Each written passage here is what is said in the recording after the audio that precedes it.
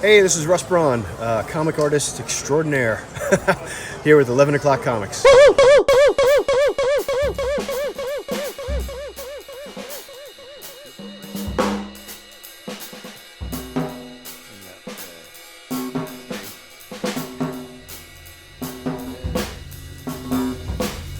look forward to this. Yeah, I do. I should. I should, yes. But I do.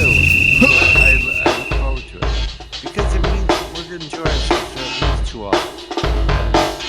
Yeah. Barring anything. What more? Dude, it was one audio file. It was one.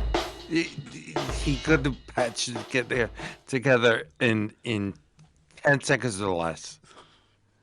Well, we're all not fucking savants with this shit like you, bro.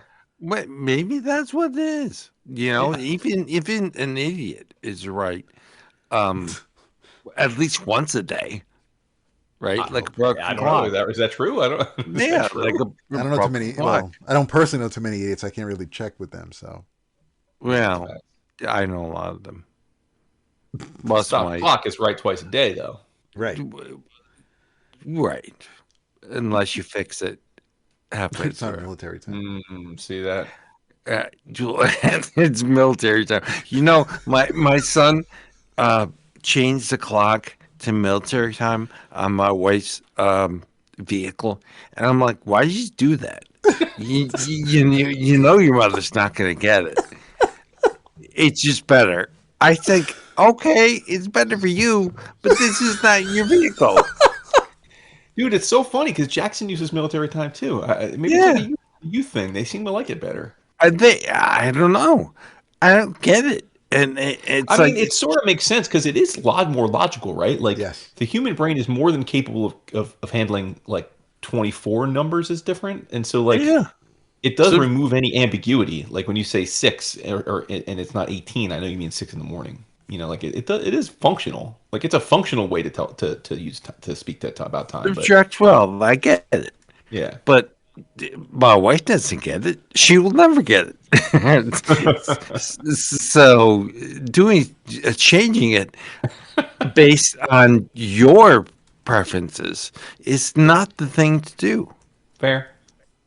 She could just kind of change it back, and then you change it again.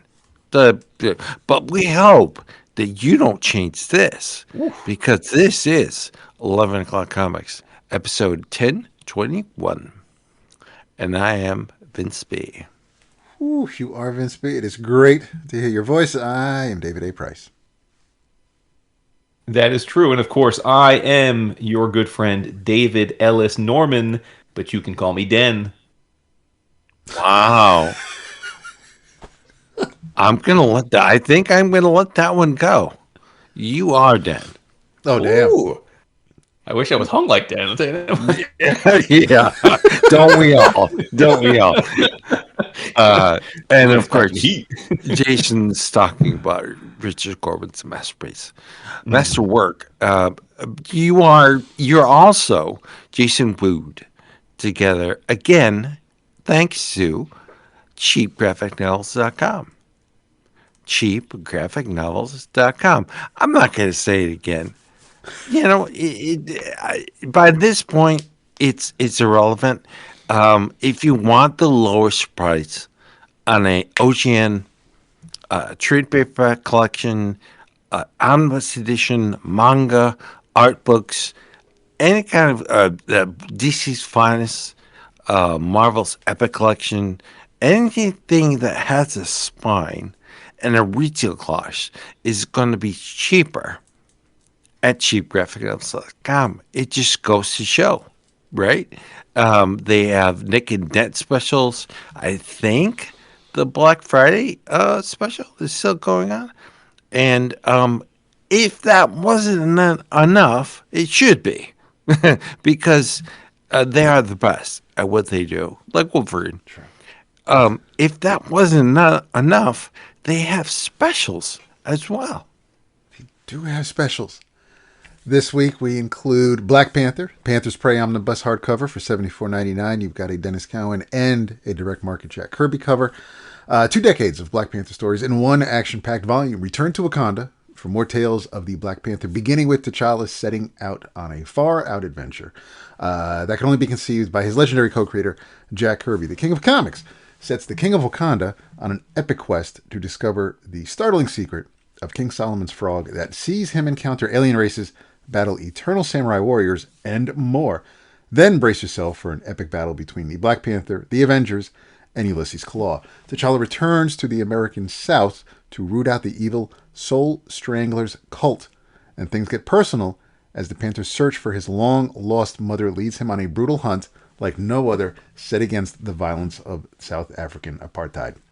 Back in Wakanda, the winged menace called Solomon Prey swears vengeance on the king, plus the Panther prowls in a series of rarely seen tales collecting Black Panther numbers 1 through 15, Marvel Premiere numbers 51 through 53, Black Panther from 1988 numbers 1 through 4, Black Panther Panther's Prey 1 through 4, and material from Marvel Team Up 100, Marvel Comics Presents numbers 13 through 37, and 148. Solo Avengers number 19, Marvel Superheroes number 1, Marvel Fanfare number 60, and Fantastic Four Unlimited number 1. DC Finest Green Arrow, The Trial of Oliver Queen trade paperback for $23.99. Justice Has a Price, and Oliver Queen is about to pay it. Mike Grell's acclaimed take on Green Arrow continues in a defining chapter of the Emerald Archer's evolution. After the Longbow Hunters, Oliver Queen faces consequences he never imagined, from black ops conspiracies and Yakuza assassins to devastating personal losses and one fatal mistake that could destroy everything. In this era-defining run, Ollie's past choices catch up with him in stories that pull no punches, with guest appearances by Black Canary, Shadow, and The Question, and backup stories spanning street-level noir to geopolitical fallout. This volume delivers raw, uncompromising superhero drama at its finest. This collection includes Green Arrow, numbers 9 through 20, Green Arrow Annual number 2, The Question Annual number 2, Secret Origins number 38, and key Black Canary material from Action Comics, numbers 609 through 616, and 624 through 635. And finally, First Freedom, the story of Opal Lee and Juneteenth. It's a trade paperback for $14.99 and a hardcover for $22.49. From the 1860s to Miss Opal's childhood home, from her years as a teacher to the White House, The First Freedom, the story of Opal Lee and Juneteenth, seeks to give readers an insight into the history behind one of the central figures in the creation of America's newest federal holiday, Juneteenth. Born in 1926, Opal Lee grew up in a racially divided America and dedicated her life to overcoming the obstacles presented therein. A lifelong educator, Miss Opal has been a community activist all her life and would take on the movement to celebrate and commemorate Juneteenth, not just as a holiday, but as a symbol of comprehensive freedom for all people. Miss Opal's life personifies the fight for everyday freedom that leads to lasting change. As the grandmother of Juneteenth says, there is so much more to do. Written by acclaimed journalist, producer, and author Angelique Roche, and drawn by a trio of talented artists, including Alvin Epps, Bex Glendinning, and rising star Millicent Monroe. The First Freedom, the story of Opal Lee and Juneteenth, promises to illuminate the life of a singular woman and the history of a momentous holiday, with additional back matter providing more insights into Juneteenth's history and the making of this graphic novel tribute. Well done. If you didn't need an excuse to peruse cheapgraphicnovels.com, that's one right there. Right? But super cheap prices on all of the above. So go there. cheapgraphicnovels.com. Big facts. Yeah, Biggie facts. Tell them 11 o'clock. So, yeah. I'm drinking the same old stuff because Charles it's good. Charge. Double Trouble. Charles X Charles. It's good stuff. It must be good because I'm drinking it, and it must be cheap. Because you're drinking it. Yes. Because I'm buying it. That's right. That's right. Yes, sir. I don't think it doesn't have to be good. It just has to be cheap. No, it rings a bell on my my wine expenditures because it's more than I'm usually willing to pay for wine.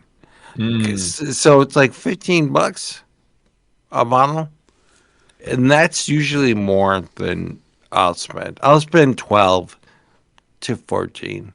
15, I don't know. I don't even blink. It can be double. Look at you unlocking your wallet. That's nice. Let the moths fly out. It's wonderful. Give him some air. There's a reason why I have money is because I live within my means. I live actually below my means. So say we all, dog. Plus, we hate the sound of that Velcro whenever you have to open up your wallet, so it makes sense. I get it. Seriously. Yeah, I just upgraded from a Velcro wallet to. Oh, you got the chain now? No, not the. I'm not going to buy the chain. But yeah, it's a leather deal. Oh, yeah. Is it art? Is it like?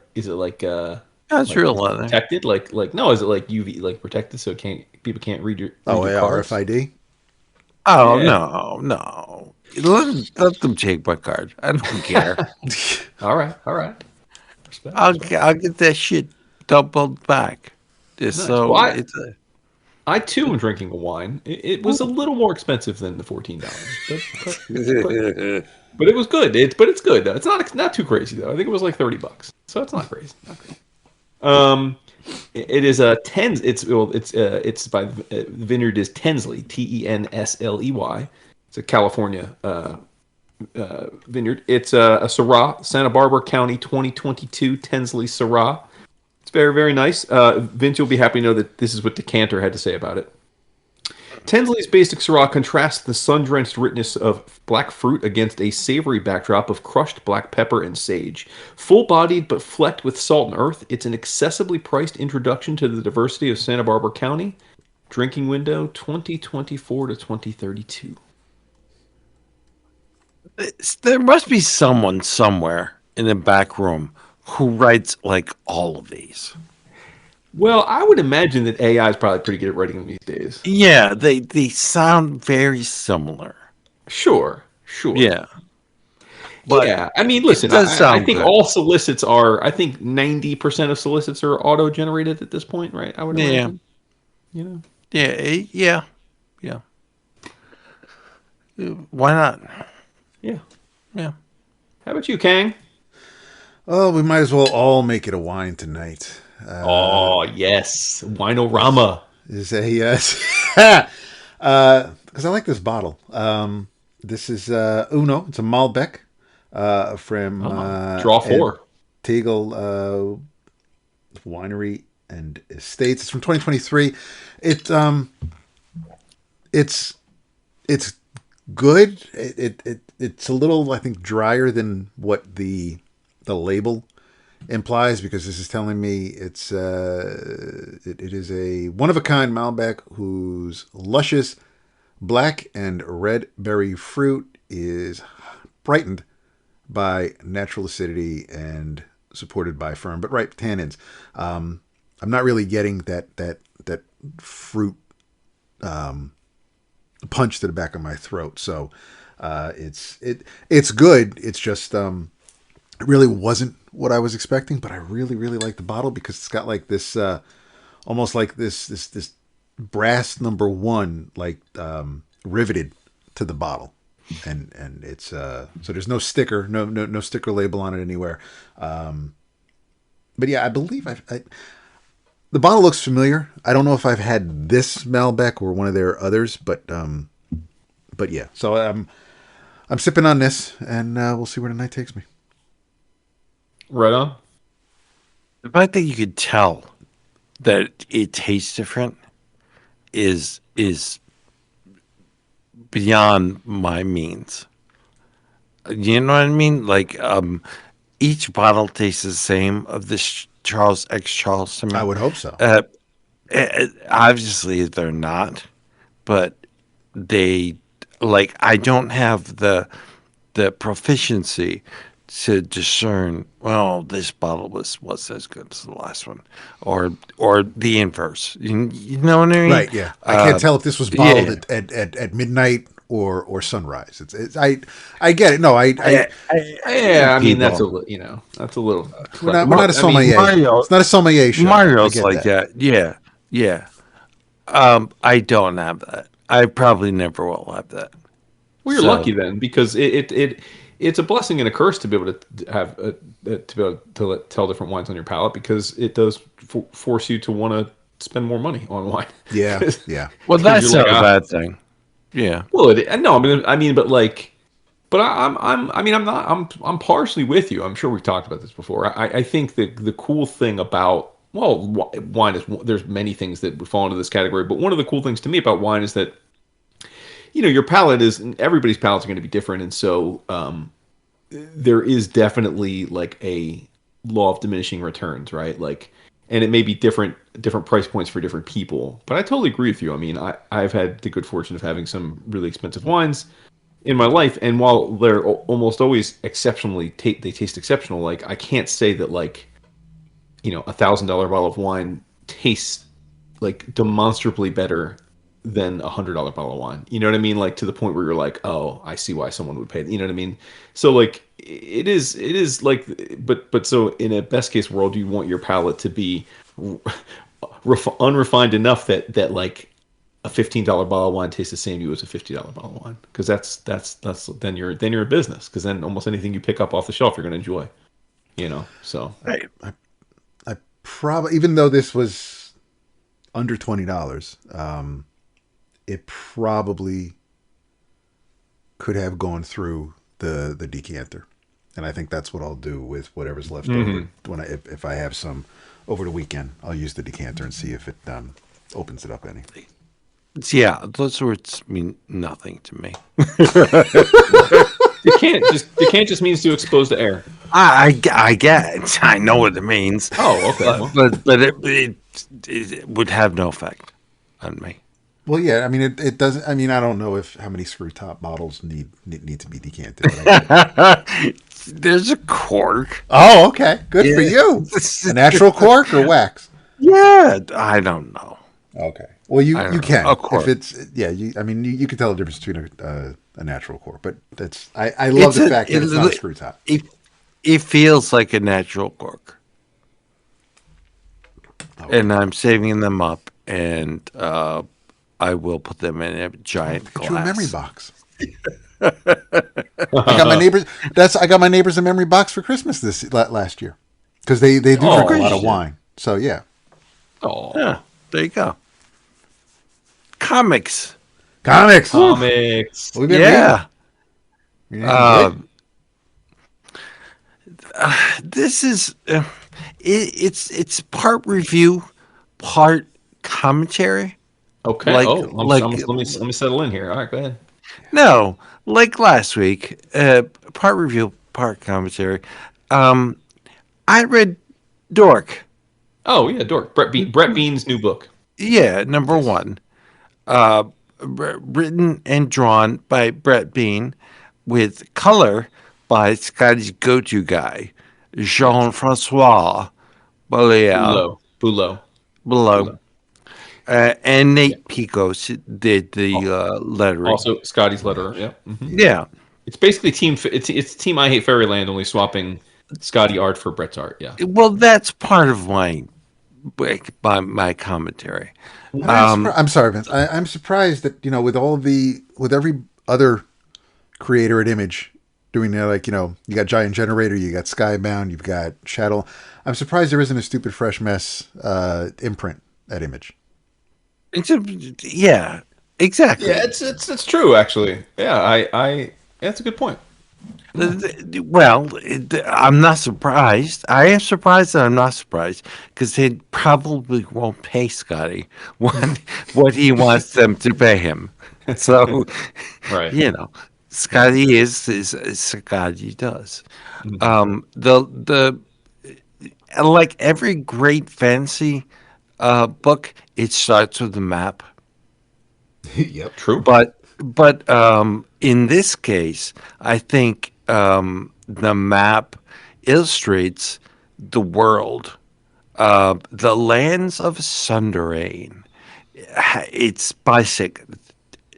Half the map is cast in light, half the map is cast in shadow, and the scar it's called the scar. Mm-hmm. It bisects the two halves. It's a Yeah. little bit too on the mark, but it is what it is, right? Yeah. You have the screaming trees on the side of the light.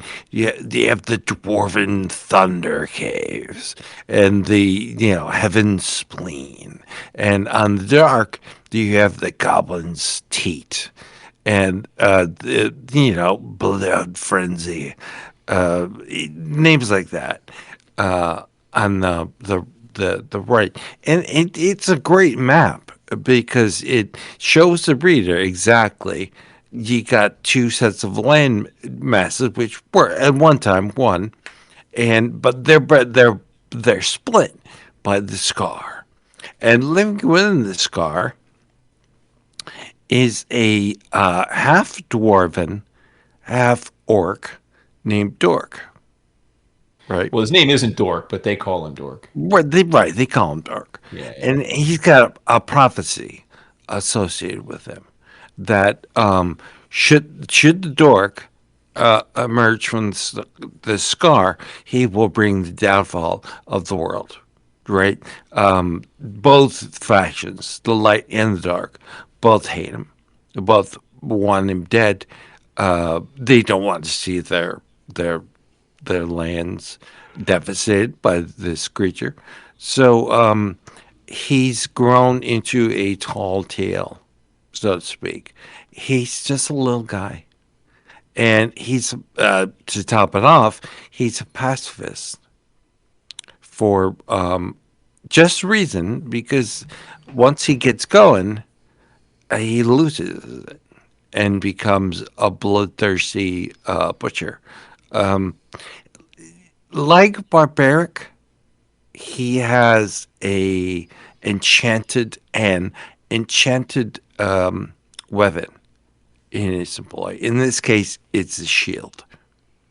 His shield is autonomous, so to speak. It has an eyeball, a giant eyeball. It speaks to him. It launches him into the fray, as we've seen in this first issue. He accosts a group of Darksiders, just because the shield wanted to.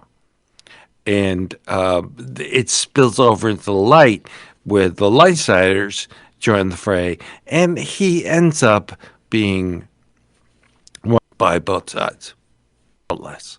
Was it good? Yeah, I thought it was really good.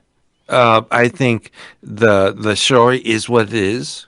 It's no more, no less than other good books. The art's great. I thought the art was phenomenal. Brett Bean is a very, very talented cartoonist, and I thought it was good.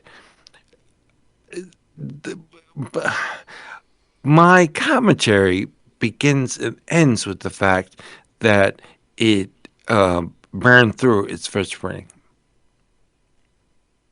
to the point where it's getting a second printing with an absolute variant. Not only did the first one have 8 different covers, which I'm sure didn't hurt things very much in terms of sell through, but at the distributor level, the first printing gone.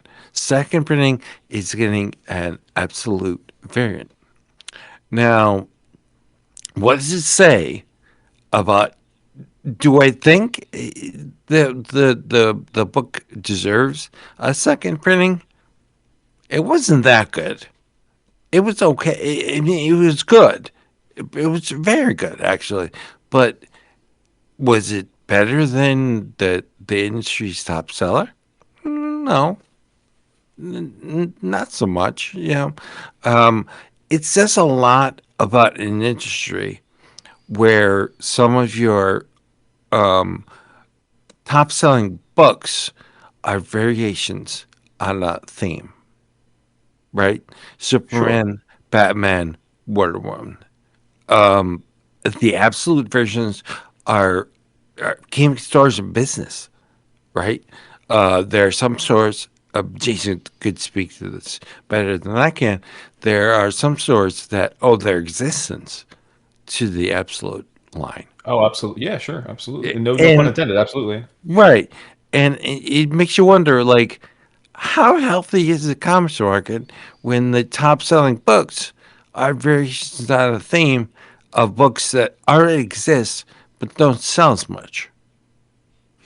Right. Well, yeah. There's a lot to unpack there. I mean, first of all, I mean, these days, a second printing merely means, especially for image books, that they just underestimated demand. But like a lot of these image books print 5,000 copies in the first print, and they whereas like a absolute Batman prints 200,000 copies. So like all that means is they got the initial orders wrong. There was follow up demand. So like, and these companies use it as a badge of honor. I don't know who the badge of honor is for, other than maybe I guess some speculators when they're like, "Oh, going back for a second printing." And I think we all take it with a grain of salt. But I mean, to your point, there must be some segment, however small, of the ecosystem that cares, right, and wants a first printing. So I mean, do I think a dork #1 first printing is going to be materially worth more than a dork number or second printing? I don't. Right? Maybe this week on eBay. I don't know. But like. But I agree with a lot of what you said. I mean, first of all, you're totally right. I think the art is great, and it's a weird book for me because, excuse me, when Scotty stopped doing I Hate Fairyland, and then he brought it back announcing that Brett Bean was going to be the new artist, and then like when the book finally came out, it wasn't Brett Bean. It was Brett. I can't think of the guy's name, but it was a different artist. Yeah, no. I'll look it up, but the point is, it wasn't Brett Bean. He got a different artist, and the idea that the talk was like it just something fell through. So I never knew if what that was about. But then obviously Brett comes out with this book, and it's certainly getting the heavy Scotty endorsement. He did the variant for it, and I know that the Scotty fan appreciation group, which is tens of thousands of people, is all over the book as much as they're all over Scotty books. So yeah, it's very Scotty-ish. Yeah, it looks and feels not just, and like we said with the creative team, it looks and feels like it very much could be an offshoot of I Hate Fairyland in some ways. But it's not. It's its own thing. And I agree with what you said, Vince. I thought it was a very straightforward, very simple idea, right? Light versus dark.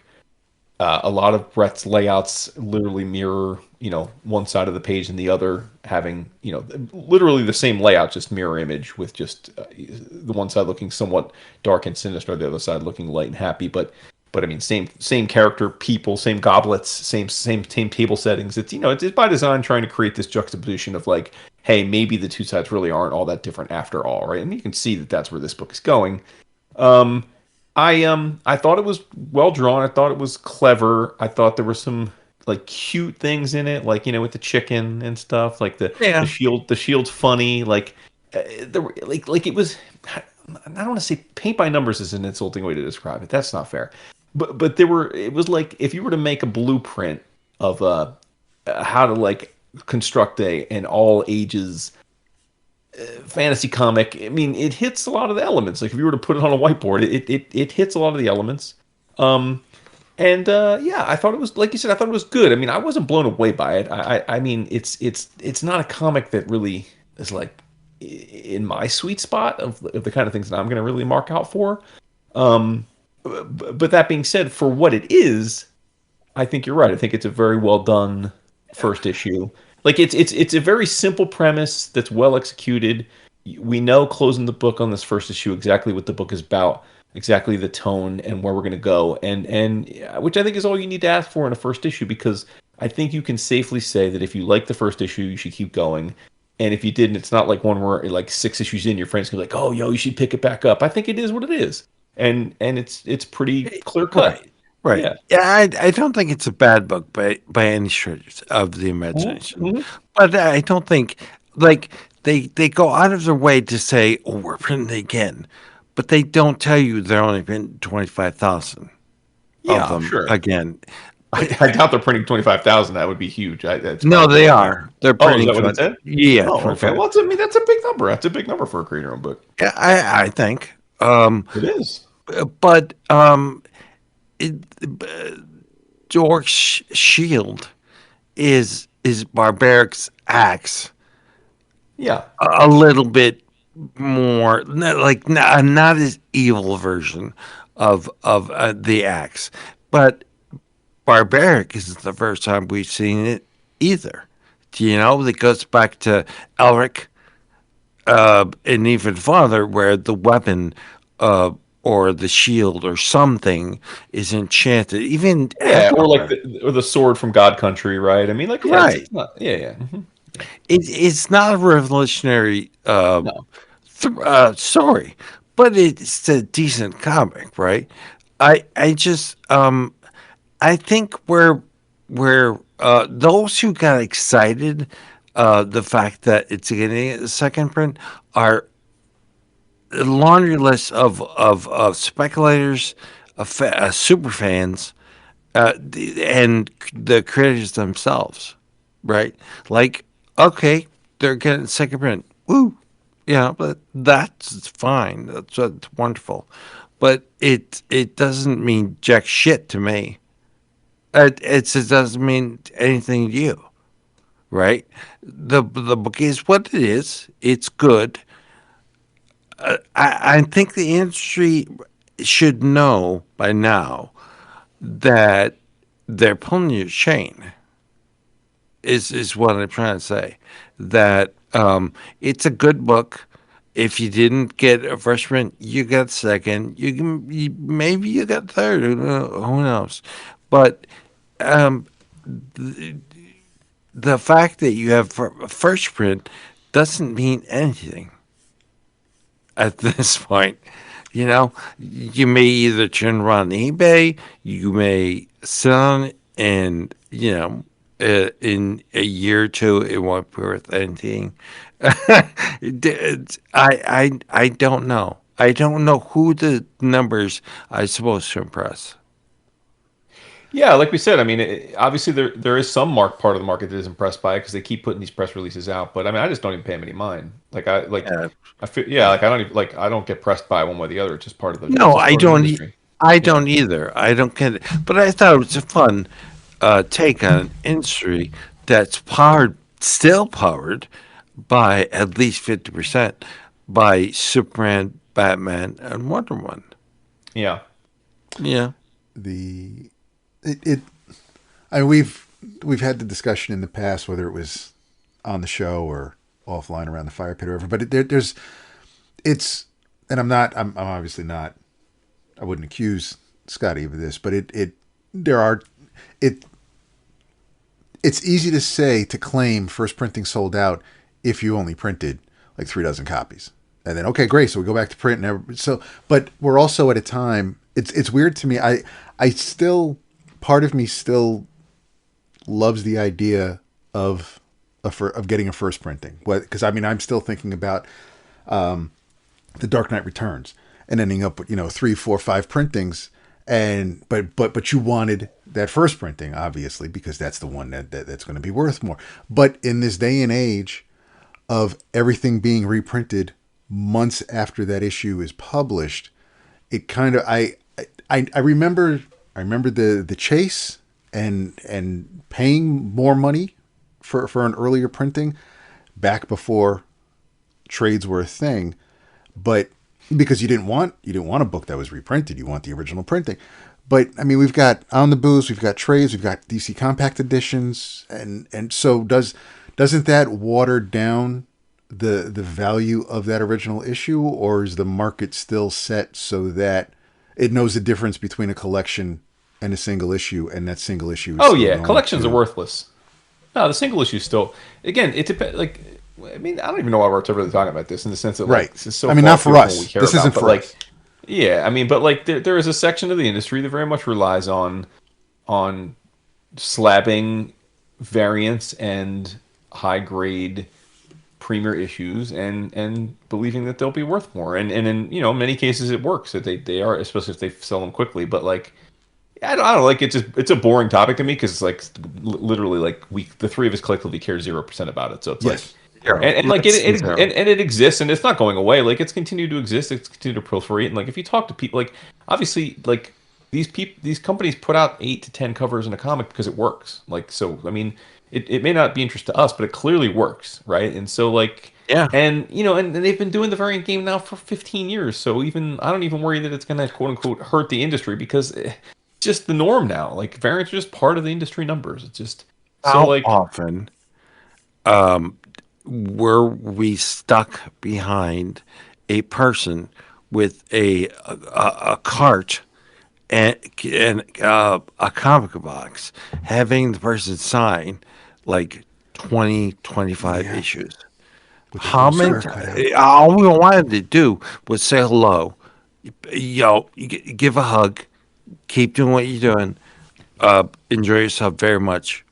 See you later. But on the other hand, we have friends, who we're not going to put out their business directly, but we have friends who have literally made $80,000 in a single weekend at a con signing variant covers of their book. Exactly. And these are people, and we're not talking about Scott Snyder and Nick Dragata. We're talking about creators who, were middle class people just creating art for art's sake and trying to make a living, and then they get so from my vantage, like I view it as a net positive in total because like if these creators get a chance to stack up, even if it's only once every couple of years when they have a hit, like that's great, right? Like because I mean, like their page rates are shit. Their backs and their hands get bad as they get older with arthritis, and the industry will just as soon forget about you as they will remember you. As you can tell, if you've ever been to a comic con and walk through artist alleys, there's how many 100, 200, 300 old school artists and creators that just sit there empty, with empty tables the whole weekend, just waiting for someone to come say hi to them. And at one point they were the badasses. So like, I think it's like fine. Like again, I so long ago stopped worrying about the economic feasibility of these publishers. Like if the publisher exists and puts out comics that I care about, awesome. If they fuck up and they have to close, that sucks, right? And like we've lost a lot of really good publishers in the last bunch of years, in part because of Diamond, and that sucks. But like all I can do is read it. If you put it out good stuff, I'll buy and read it. And like like this week we found out that distilleries like quasi shutting down. Like I mean they say they're taking a hiatus, but like it's like okay, well there'll be more publishers, right? Like now we have things like 23rd Street and Silver Sprocket, and like I don't know, like I just don't really like. I only would care if it got to a point where there's evidence that like the collective obsession with this stuff was overwhelming the model such that we were going to crash like we had with the death of Superman and all of that stuff. But like I just think the industry's gone beyond that now, right? Like the internet kind of keeps all of this alive in its own pockets. Like there are like the most popular YouTube comics channels and the most popular like TikTok comic stuff are all about variants and slabbing and and like and they get numbers that dwarf ours 10, 20, 30, 50 fold, but like that's cool. Like do you, right? Like as long as it's not fucking up my groove and making it making it like it doesn't affect me from getting my comics and reading them. So so like do you, man, like live your life like and honestly like there's no secret that like very few people in our community are into slabbing or CGC or variants because we're not into it, right? So I'm sure there are comics podcasts and comic online communities that talk about that shit all the time and probably have stiffies when they talk about first printings and chase variants and stuff. And like again, like more power to them, man. But like it's just not our vibe, so that's cool. Right. Exactly. Yeah. Now tell us about that variant cover you just bought, DAP.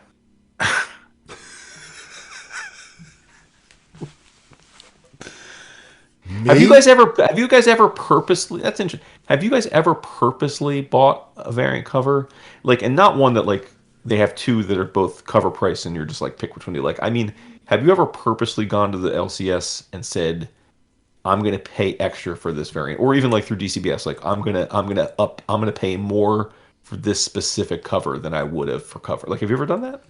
I've never done it, not once in my life. It doesn't count.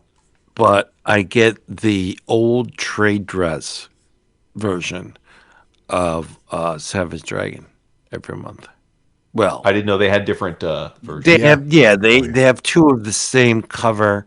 The coloring is a bit different, and one of them has an old school Marvel trade vest. I get that just because it's funny. Is it more expensive or is it? No. Oh, okay. Well, that's not. I'm talking about where like where you walked in and one cover's $3.99, the other one is $5.99, but you just think it's straight fire. So you're like, I'll get that one. Never. I did get the McFarlane variants. I'm glad they did because the McFarlane Swan variants go for like stupid money. But I didn't pay more for them. Okay.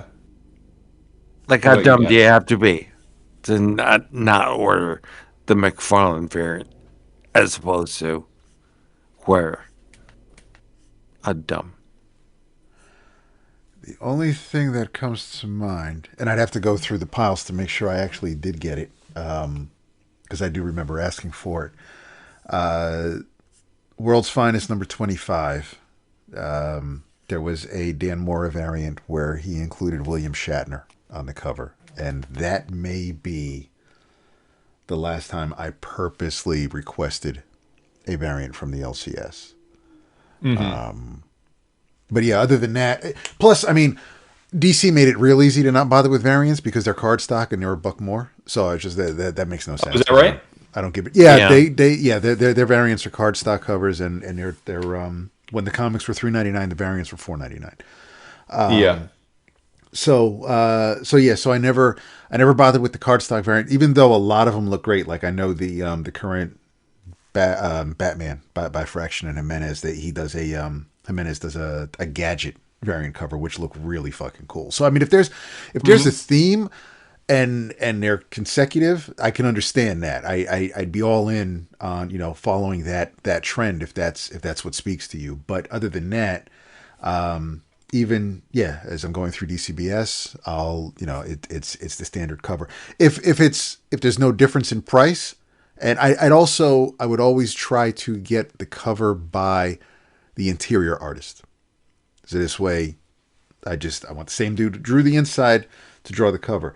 It's not always easy to do, but I would go for that if the variants were the same price, or with Scotty's first run on I Hate Fairyland, I always got the Fuck Fairyland covers instead. Me too. But that again, I don't count those because like anything is like variant where you're just picking.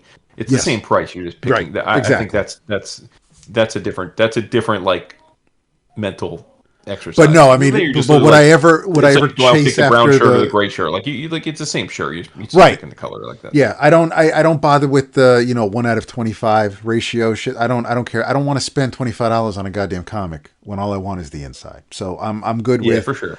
I'm good with standard covers. Nice. Can I switch? Let me switch modes, and I want to celebrate our wonderful community in our Slack for a minute. Couple things. Well, first of all, it's been a month or two since we could do this, so we've shout out a new Slack level patron, Mr. Robert Cronister, and you were in a board meeting, Deb, so you have not even gotten the alert yet. But Mr. Robert Cronister is our newest Slack level patron, so we got to set him up. Robert, if you hear this, we'll get you set up toot sweet. But thank you for welcome aboard, and we look forward to having you as part of the community. Also, huge shout out to our good friend Aisha. I think she was on the Slack, like if not right away, like mad early, right? Like she was one of our earliest supporters of when we moved to the Slack community with the Patreon, and bluntly, as much as we would very much like it to be more balanced, it's a very male heavy community. And again, I don't know if that's indicative of us or just the way comics are, but Aisha was one of the few very active women on the group, and she's been going through the gauntlet of life this last year or so, and took some time away, which we totally obviously respect and honor. But she popped back in this week with some really great news about how things are going in her life, and that she missed us, and hopefully we'll be seeing her around. But it was wonderful seeing her, and then the main thing is we do literally every day have awesome conversations in the community, and we talk about them occasionally on the show, but but a lot of the stuff we kind of just take for granted is just happening amongst this, couple hundred people, just chit chatting about everything from life to to yes, comics. We do talk comics there, and our good friend, and again another pretty much from day one supporter, Drummond, had a really great post, which got a lot of, I thought, interesting interaction this week.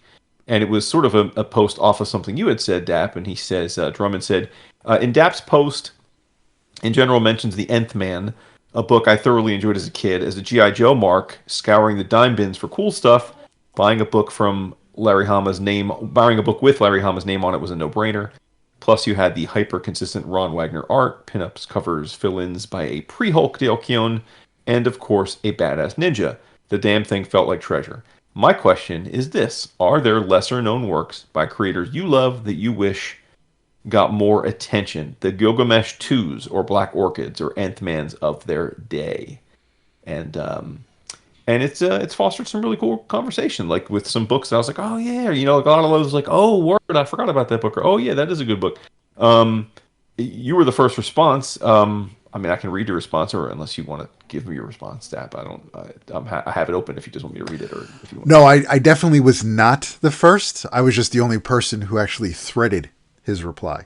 You're the first in the sense that I clicked on the thread, but okay. Yeah. But yeah, and when he says it was the reason he and no, I have no problem with it, but the reason why I was connected to the post is it was the Nth Man was mentioned in the New Comic Book Day post. Right. Because right now I'm currently doing the Squadron Supreme lineup, and part of Arcana's bio when she was on when the crew was on 616 away from Earth 712, they bumped into Nth Man which of course, and I love that some random little nonsensical post spurred Peter to be like, hey, you know what? I want to talk about books that doesn't get any love. So I absolutely love that.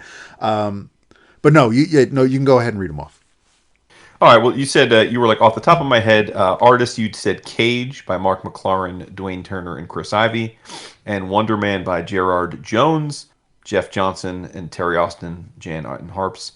And then for writers, you said Jack Cross by Warren Ellis and Gary Erskine, and Global Frequency by Warren Ellis, and of course various artists.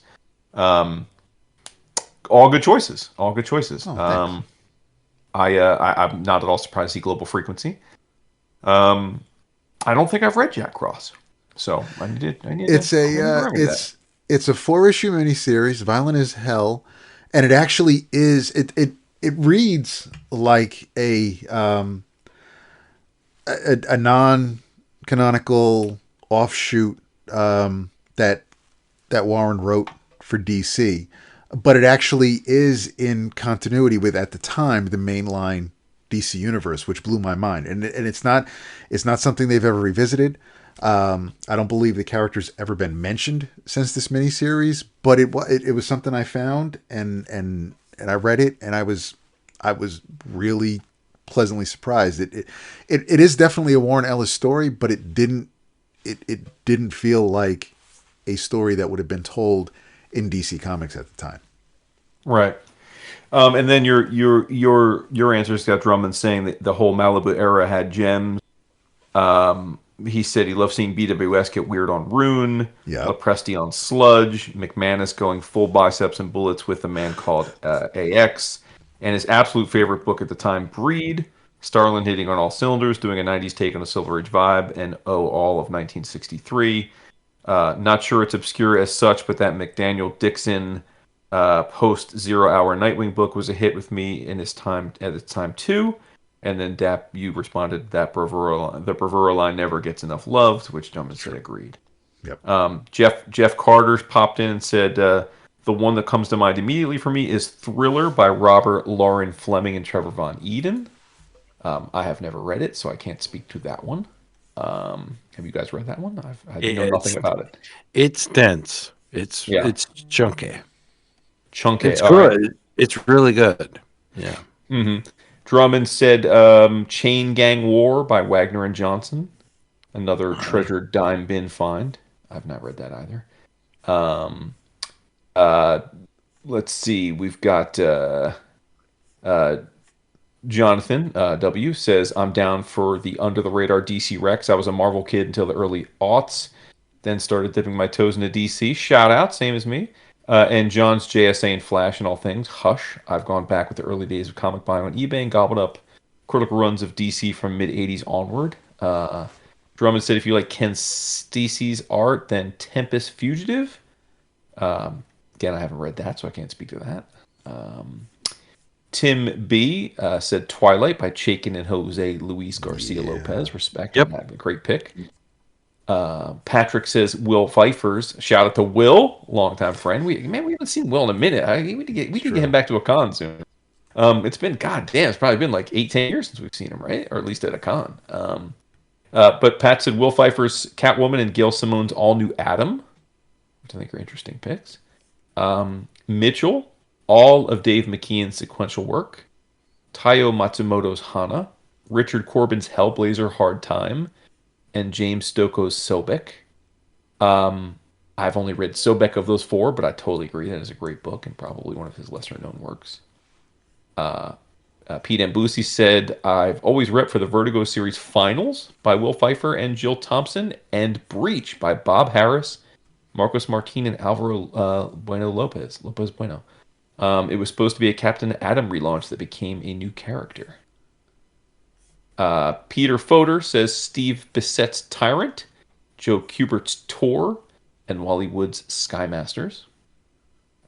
Drummond said he felt like the entire 2014 Vertigo relaunch counts. Books like Art Ops, Twilight Children, Sloth, and Brother Lona. Let's see. Jeff Carter pops back in and says in the late 80s there was a miniseries called Hero Hotline. Nice.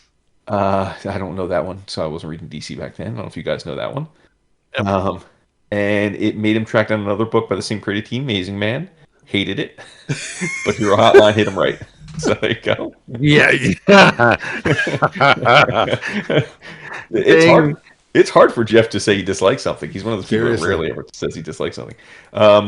Newbury pops in and says, very little known DC limited series from 2000 by Devin Grayson and Yvel Goucher, Relative Heroes. It's not even on the DC app. Also from 2002 by Busick and Grummett, Power Company. Let's see here. Check it out. Hold on. Like you said, there's some people that threaded things and some people that did not. And then I popped in and said I took it from a perspective of like what were my favorite creators and then what would I think would be their work that fits that. So I threw out a bunch. For Hickman, I said Pax Romana. Can you believe it's been almost 20 years? Vince, it's been almost 20 years since Pax Romana came out. That's fucking crazy, dude. Like, stuff like that makes me legit feel old. Like, that's nuts. Like, I feel like Hickman's like a new breed creator, and his shit's like 20 years old. But Jason Aaron, my pick was The Goddamned. It's the follow-up project that he did with his Scalp co-creator, Aram Guerra. Basically super violent take on Bible stories, which is awesome. Matt Kint, Red-Handed, The Fine Art of Strange Crimes. That's the least discussed Matt Kint book of his bibliography, in my opinion, and I think one of his best. Lemire and Dustin Nguyen's Little Monsters. Talked about it on the show when it came out, but I think it's another book that of all the Lemire Nguyen collaborations of the years, and there have been many, it's my favorite. For David Rubin, I said The Hero. It's been translated from Spanish to here, but I think it's pretty under followed relative to his more recent stuff. Remender, I said Low, because like that was probably like peak Remender. He was doing Black Science and Deadly Class and Low at the same time, and I think Low did pretty well, but I feel like it hasn't the book hasn't stayed in the collective conscious in the same way those other two books have, and I think that's a shame because Tokini is a beast on that book. True. With his paintings.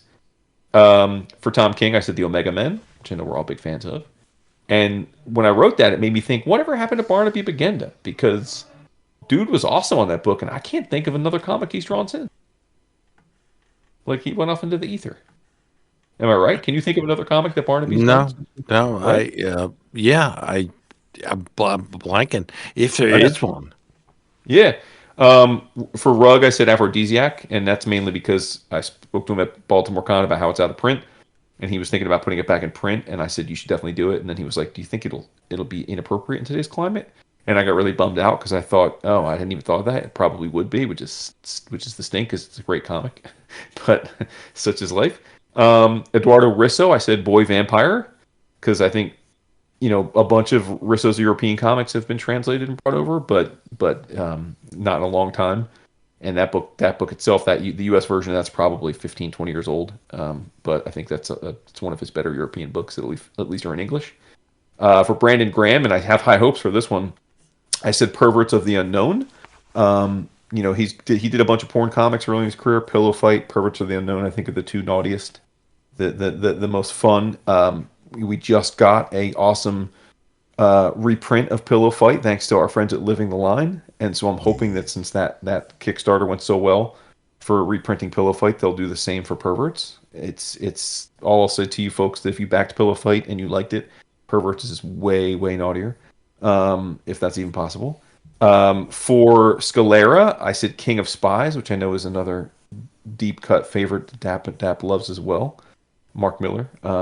And then for Kieran Gillen, I said Phonograph, which is his first actual comic, but definitely a book I think that has I don't hear people talking about Phonograph much anymore, like they did 25 years ago. So yeah, so there you go. But fun conversation, really fun conversation. So it was. Yeah. Go ahead. No. I was just saying, yeah. It definitely. I kept getting the alerts about the activity going on in the Q&A thread, so it was nice to see.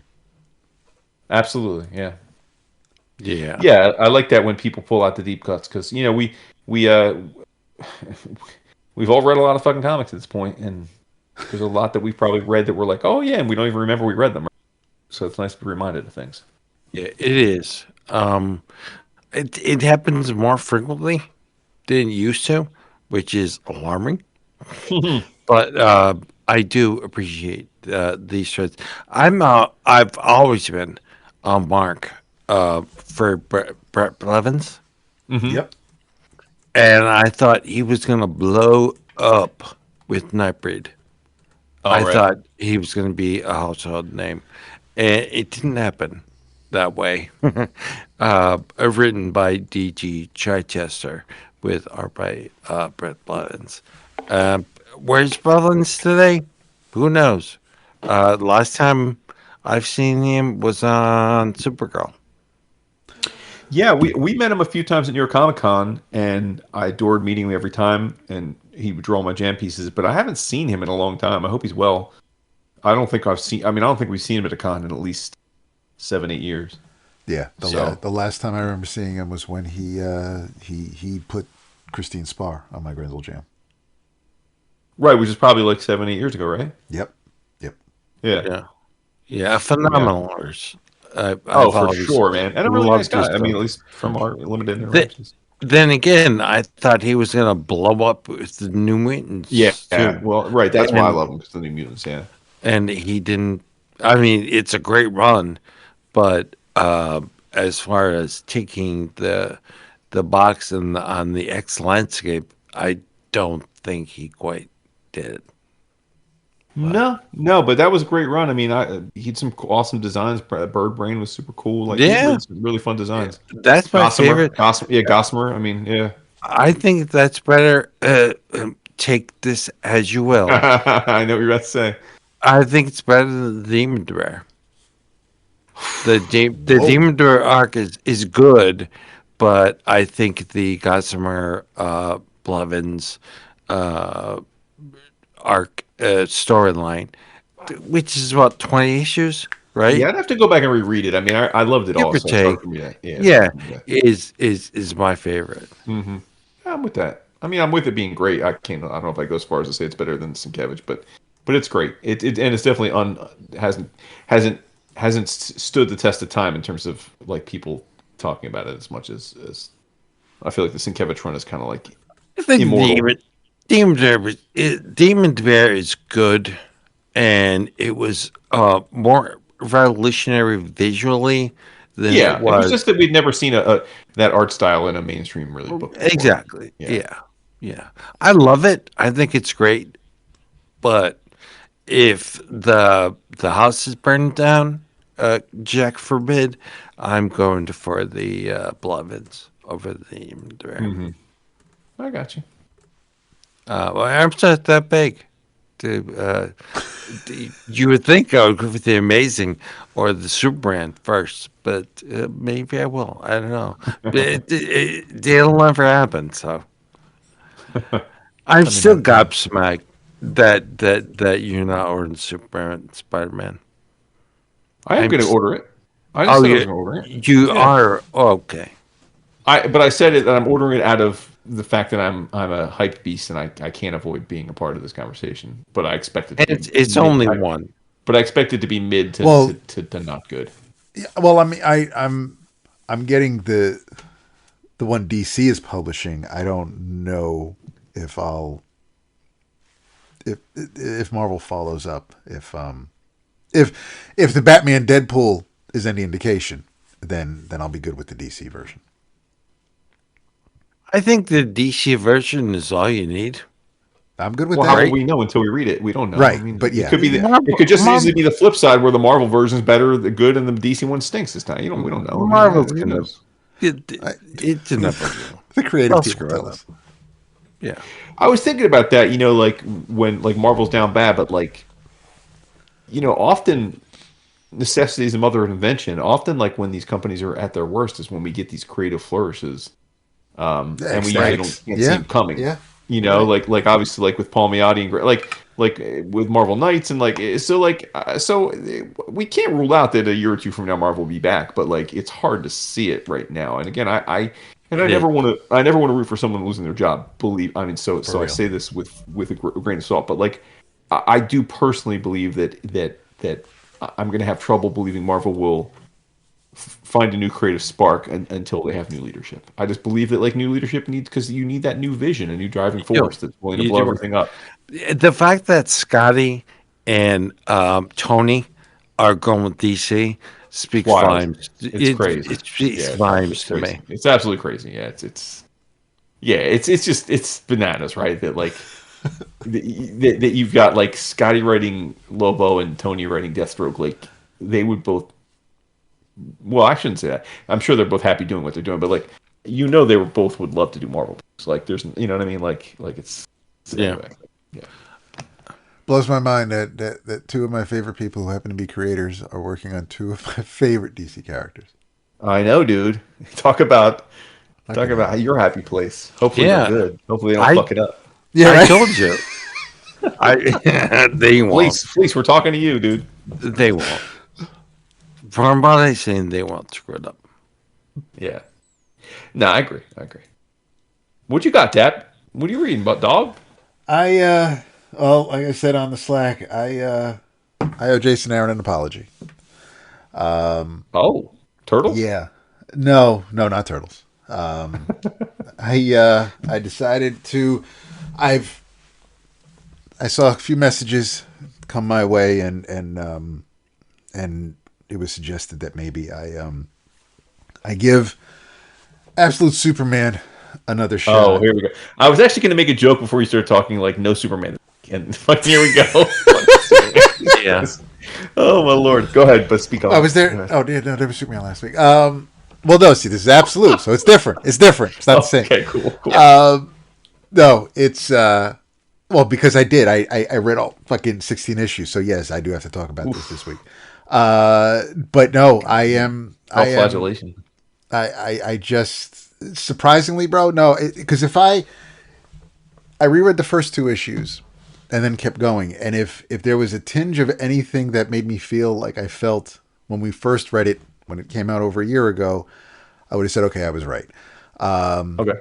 But no, it is a slow burn, no doubt, and I think that was my biggest hang up at the time. Aside from the slight tweaks that they made to make it different, it felt like we're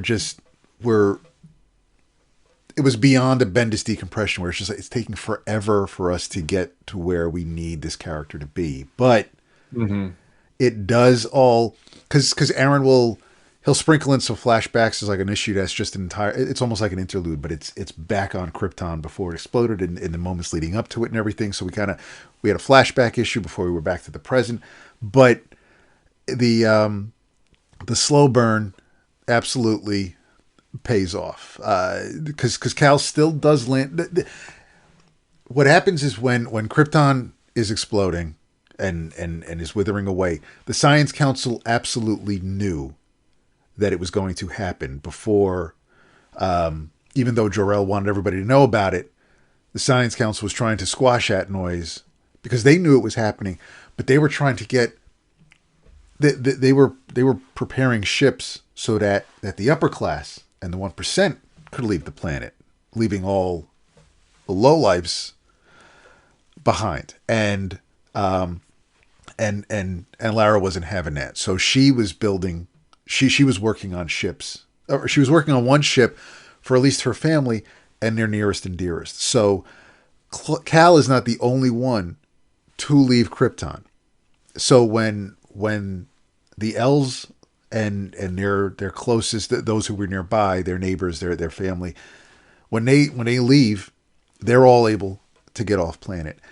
And there's a problem with the ship because when the planet explodes, the ship wasn't far enough away, so there's damage. But everybody kind of has like because they're wearing these suits inside the ship, they're all like personal lifeboats.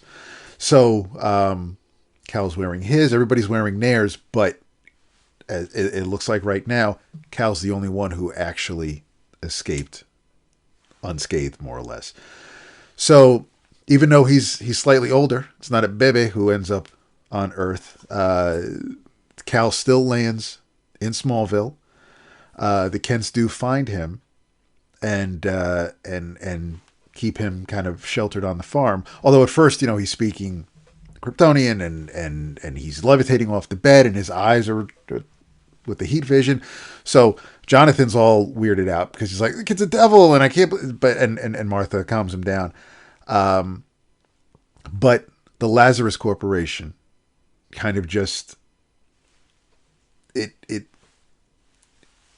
it moves into small. I mean, this was years before Cal got there, but it moved into Smallville, and it basically it took all the resources it could. It kind of just left the town a shell of its former self. But there's still residents there. They're still trying to survive and make it work. But because Smallville was kind of a little. It was more of a nuisance than other places. Lazarus set up drones and technology in the atmosphere that would prevent the rain from hitting some of the farms. So the Kents were one of those farms, and therefore and because they wanted the farms to dry out, so Lazarus could come and buy up all the property. So the Kents have always had a battle against Lazarus. Anyway. The first arc, first few issues are just basically we're introduced to the Lazarus Corporation, which of course is run by Rachelle Gould, and he's very much it's topical for what's going on in the real world today, and it's one of those situations where who are you going to believe, me or your lying eyes? Don't worry about what you see, just pay attention to what I'm telling you. You've got that whole xenophobia and media manipulation and might making right is so prevalent in the first year of this book. But while so Cal being from Krypton and because his family, Dad wasn't on the Science Council like he was in the main line. It was he worked in the mines, he worked underground. He was a grunt. And so the whole planet is based on this caste system where you've got the scientists and the smart people at the top, and everybody else who does the dirty work. They're the lower class. So that's what the shield. That's what the S is for. That's to mark them as such. So while Cal is on Earth and he's hitting these third world countries and helping others, it's because that's how he was brought up, and he always wants to. It also, these locations that he's helping people in are reminiscent of the Redlands and where he came from, so it feels closer to home. The Omega Men are introduced, and that's when we meet Jimmy Olsen. He's a low level. He's an alpha in the in the Omega Men army. Primus was a neat reveal when we find out who actually is under the helmet. And I'm not, even though we're up to issue 16, I'm not going to spoil anything in case anybody else is dragging their feet on it. But the Brainiac character he's like version 400 something, and he's in his origin. He basically,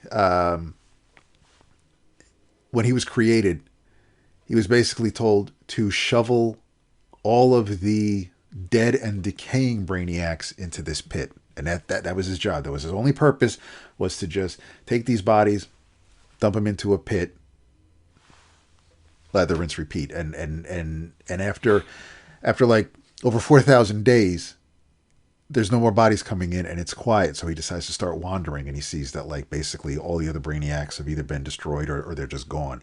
So he feels, okay, so he's in charge now. He's number one. He does end up making it to Earth, and that's when Raish kind of, it's almost like he's simultaneously evil because he gets off on torture. But they also try to make him sympathetic based on how Raish treats him and how he's seen. And because of how Brainiac looks and the experiments he does, Absolute Batman is not the only Absolute book with the whole body horror aesthetic, and there's some freaky shit going on in this book. But Brainiac, because shit rolls downhill, and just because you get treated badly, you want to treat the people below you badly. When any of his servants, or basically clones, offer suggestions or feedback, Brainiac doesn't take it well, and basically just commands them to cut your tongue out or deface yourself, or just something that just so that he has some power, which is crazy. But Raish's whole thing is to make Cal the son of the demon. He's like, he's tried birthing sons that just aren't up to snuff, and he gets rid of them by throwing them off a building, say. But he figures Cal he's the next in line. He's the heir. He's the one who's this is my dude. So all he wants is to break Cal so he can turn him into the son of the demon. That's basically the first year. When that ends, when the battle over Smallville is, which gets hairy, and people do, I mean, we lose, Saul is the artificial intelligence that not only keeps Cal alive after the ship explodes, but he reminded me of the Eradicator, but it's not his conscience, but it's basically it's similar to Skeets for Booster Gold. It's just he knows Earth, or he's learned about Earth, and he's there to help Cal and remind Cal of his objectives and what his primary goal is, and to keep him alive and safe. And of course, Cal throws himself into the thick of things, and it doesn't always go the way Saul wants it to go. But Saul plays an important part early on. But one spoiler is that we do end up losing Saul, and which now Cal just really feels alone. He does have friends though with Lois and Jimmy, because even though Lois is an agent of Lazarus at the start, there's something about Cal that shows her that she's really kind of on the wrong side of history here. So she changes her ways more or less. So Cal has Jimmy, has Lois. We do meet Lana. Lana Lang shows up, and Cal, for the most part, he's not in Metropolis. He's not a reporter. He's not a journalist. He doesn't. There's no secret identity. He is just so he decides to stay on the Kent farm and basically kind of just be a farmer. And so Smallville is aware of him. And when Martha ends up, she does die, and she ends up with Alzheimer's, and Jonathan was gone before that happened, before she was put in a home. But when the peacemakers show up at the Kent farm, is because the mailman noticed that there's someone new on the farm and they weren't there before. So this dude calls the hotline. He basically fucking calls ICE. And so the peacemakers show up, and that's when ship breaks off and Cal goes ballistic and he leaves Smallville. And that's when he's wandering the planet. And that's when we see him initially in that first issue when he's down in Brazil. But yeah, it's just, there's the main art by Rafa Sandoval, as great as it is. There's a couple of fill-in issues by Carmine Di Giandomenico, who's working with Tony on Deathstroke. Those issues are gorgeous. I enjoyed his work on Spider-Man and when he'd show up here and there, but what he's doing on Absolute Superman is practically next level. And we've got Brainiac does make his way to introduce himself to Luthor, which is that where we saw that teased in the Absolute Evil one shot. We get Hawkman's origin in the last couple of issues. We see Toyman, we see Parasite. So Jason's having fun, but the thing is, I was wrong. I read it thinking that, okay, I'm good with the main Superman. I don't need this. This is too different for me. Even though as different as Wonder Woman and Batman is, I wasn't feeling Superman at the time. But sitting down, reading it from where it started to where it is now, I was wrong. It ends up being once Cal is established, and they do refer to him as Superman, even though he that's not his name. He keeps saying they just go by the shield on his chest and figure, it fits. But he's adamant about saying, I'm not Superman. Don't call me that. I'm Kal-El from Krypton. But yeah, it just, after that arc and him overcoming the situation with Rachelle Ghul and the Omega Men, and then kind of just settling down after the battle or the siege of Smallville.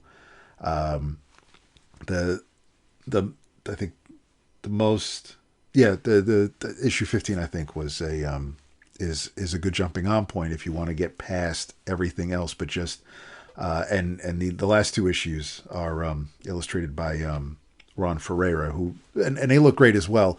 But yeah, I got to give it to him.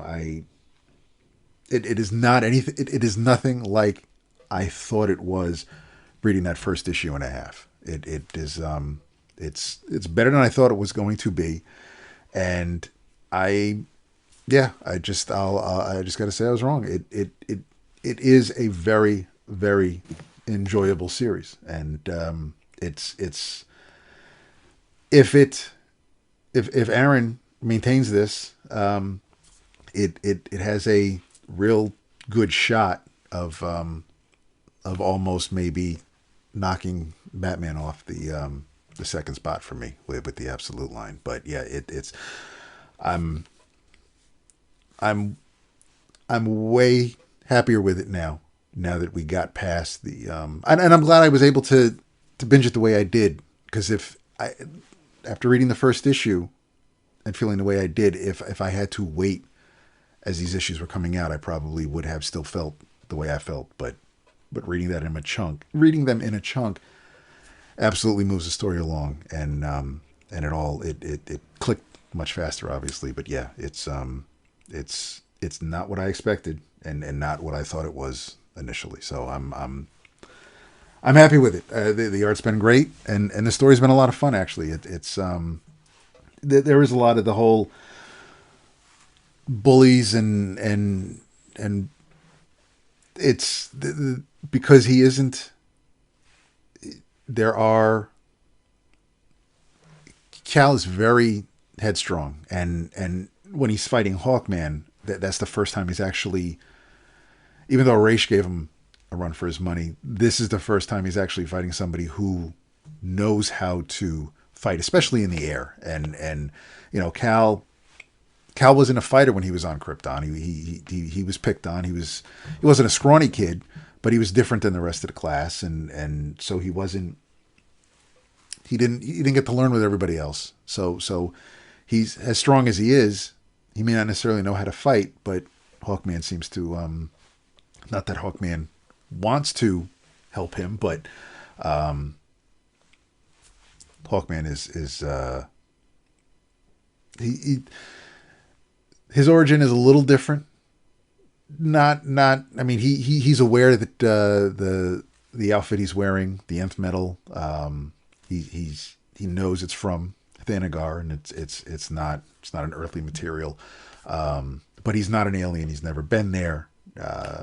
He is old as hell because he found the armor in the around World War II. So he hasn't aged much because of the nth metal. But this is really the first time like Superman or Cal is really fighting someone close to his level, but now it looks like they're going to have to try to maybe team up to take on Parasite, even though Hawkman is the reason Oliver Queen no longer exists in the Absolute universe. But we'll see. We'll see if he stays on side of evil, or if he comes around after the fight with Superman. But yeah, I'm having more fun than I thought I would with this title. I have one thing to say. I have 3 sons. I hope that each of them in their life finds a life partner to love as much as you love Superman. Because Superman has a hold on you in a way that I don't think anything has ever had a hold on me in my life. And it's a beautiful thing. I wish I could replicate it. I can't, though.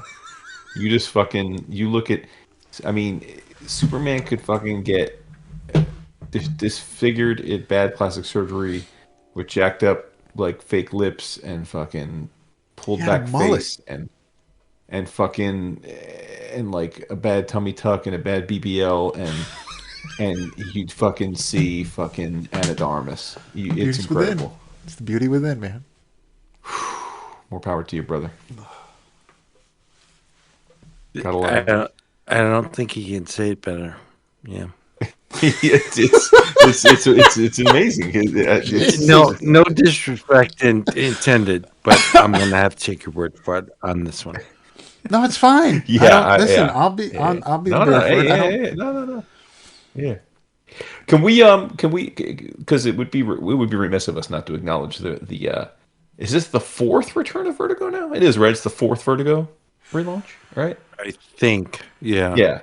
So we've got it, and admittedly, I was excited. I was excited, and I should say I am excited for them to bring back Vertigo because I think it was San Diego, right? I don't remember which con it was when they made all the announcements, but when they made the announcements, it looked like a bunch of really interesting creative teams. And I think the world's a better place when Vertigo exists. Or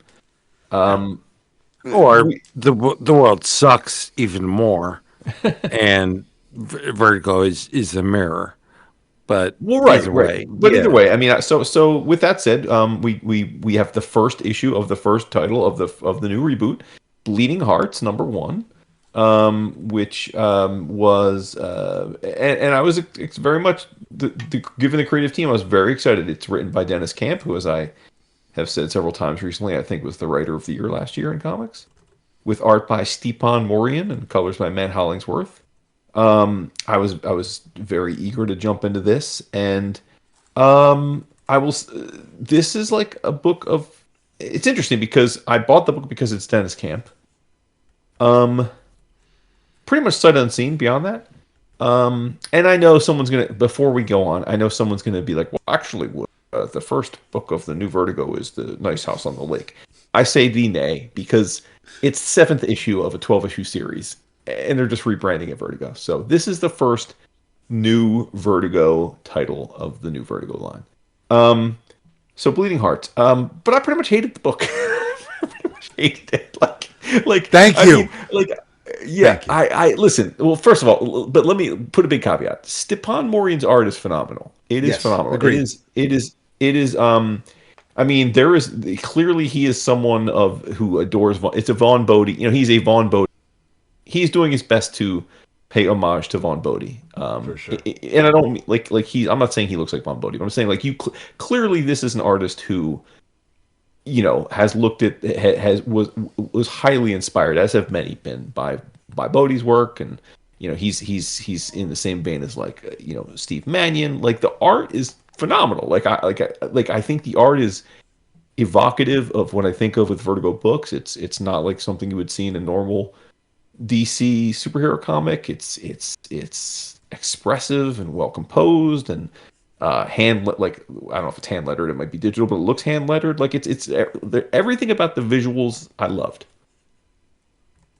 And you know what? Shame on me for maybe I just didn't know what this book was about going in, because I just ordered all these books sight unseen because I'm like, oh, I'm down for the new Vertigo. But I have absolutely 0.0 interest in a world where zombies exist as like sentient, conversant people who hang out together in like slacker communities and like are jokey, and then the hero of this story is, I guess, different. He's an outcast because he has a beating heart.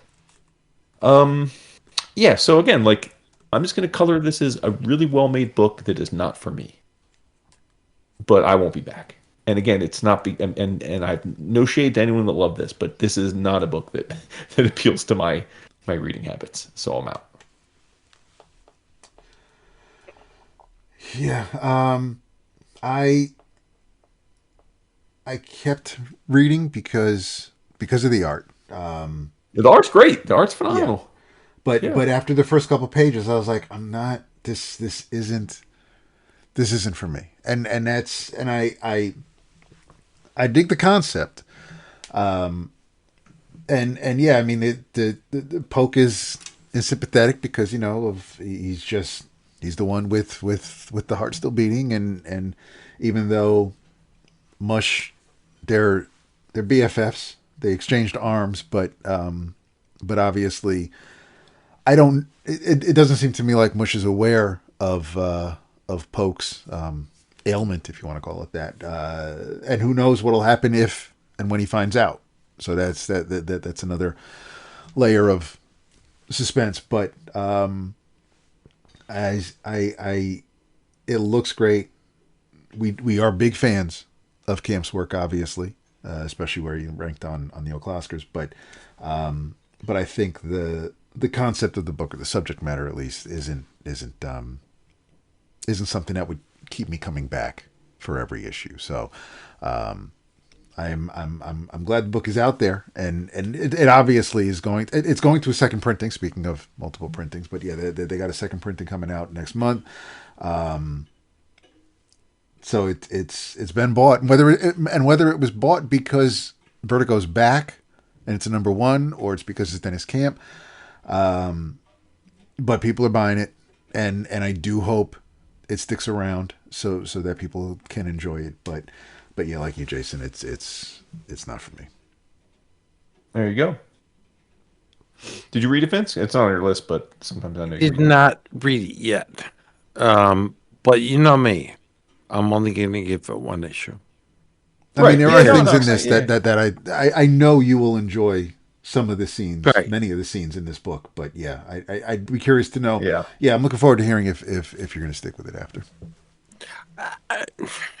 I don't know. We'll see. We'll see. Yeah.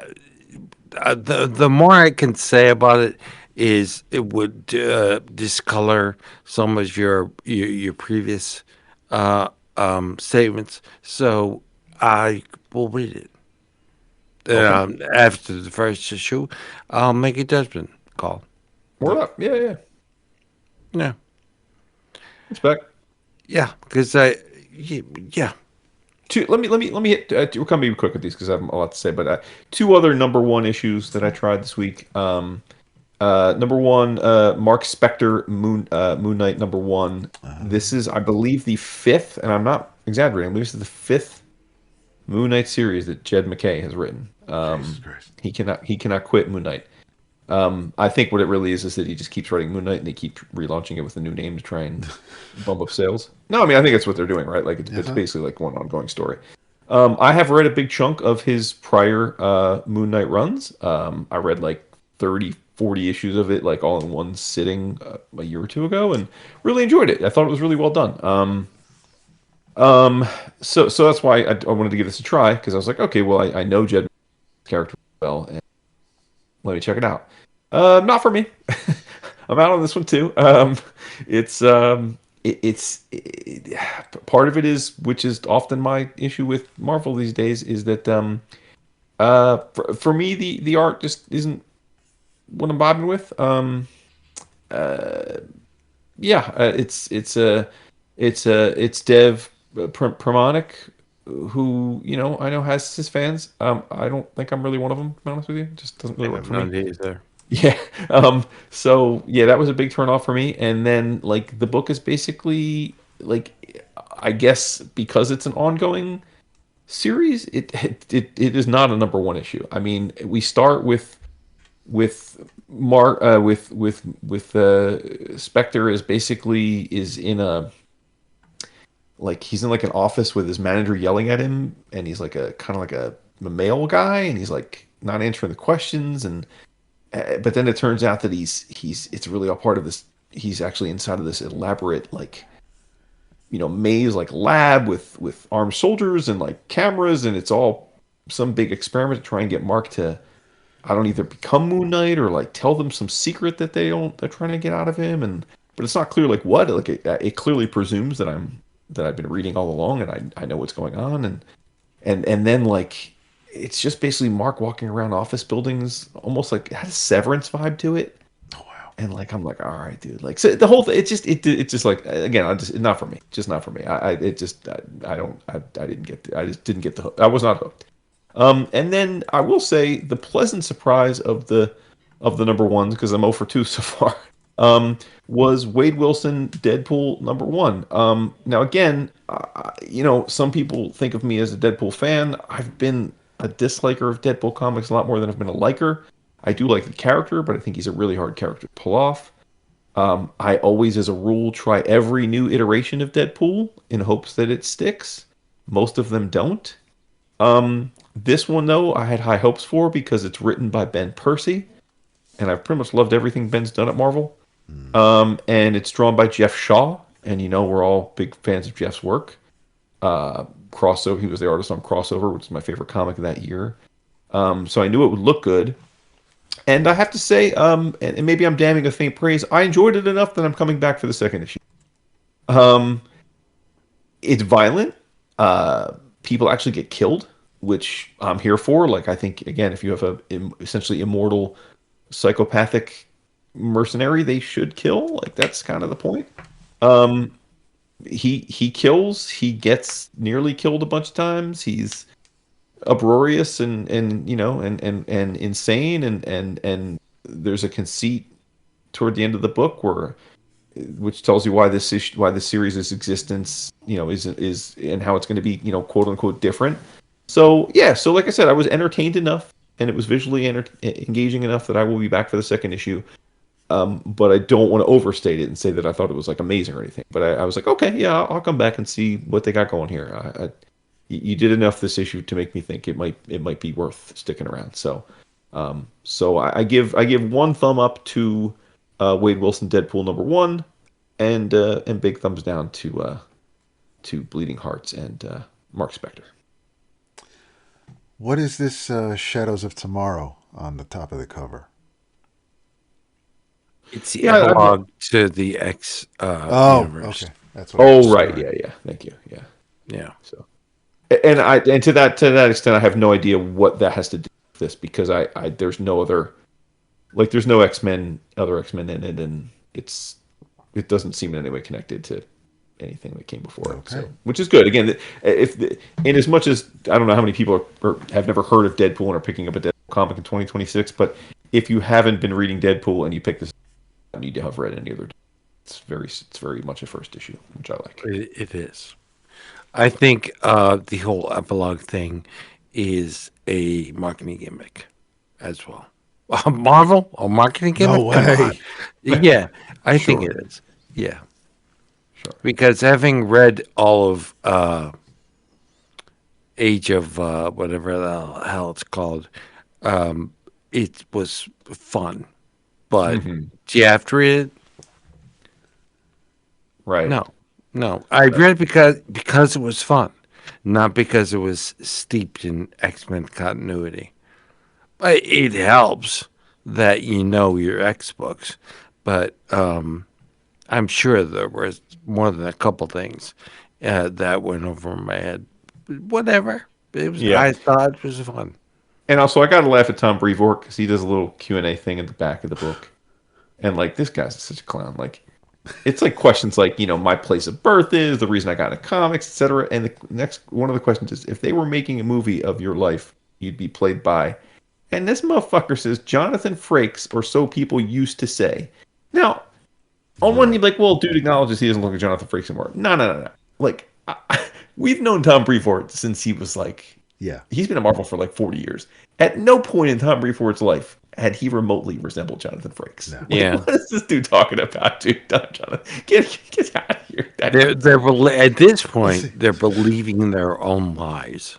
Like Jason Alexander, maybe? I mean, maybe. I mean, unless he means like, Jonathan Frakes, who owns a Subaru dealership in Boise, Idaho. I don't know who. There's no way in hell Jonathan Frakes, aka right? would be like, no, son.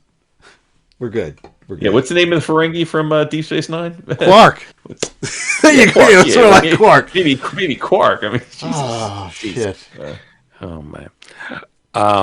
Hey, do we have to redo the audio bumpers? No, we don't. CheapGraphicNovels.com sponsor this.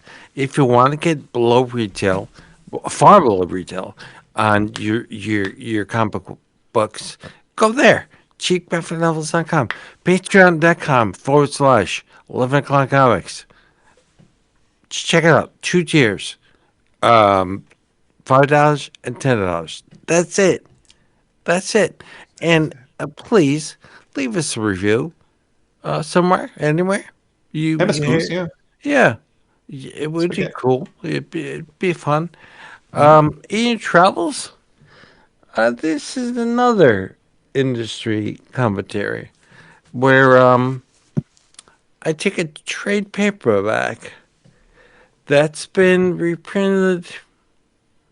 I'm losing track of time here. Multiple times. Whether in softcover compilations, hardcover compilations, hardcover miniseries, ganging it together with both parts of the miniseries, hardcover, softcover as well. I'm at a loss, but I keep buying them. Why? Because they're fun to read. This is called Rick and Morty, the Unkillable Collection. And like Oni's reprinting of Rick and Morty, it jumps all over the place. It starts with Rick and Morty number 8. Then it goes to 37, 38 for parts 1 and 2 of Let the Rick One In. Rick's Revenge Squad from 41 and 42. Rick and Morty presents Pickle Rick number 1.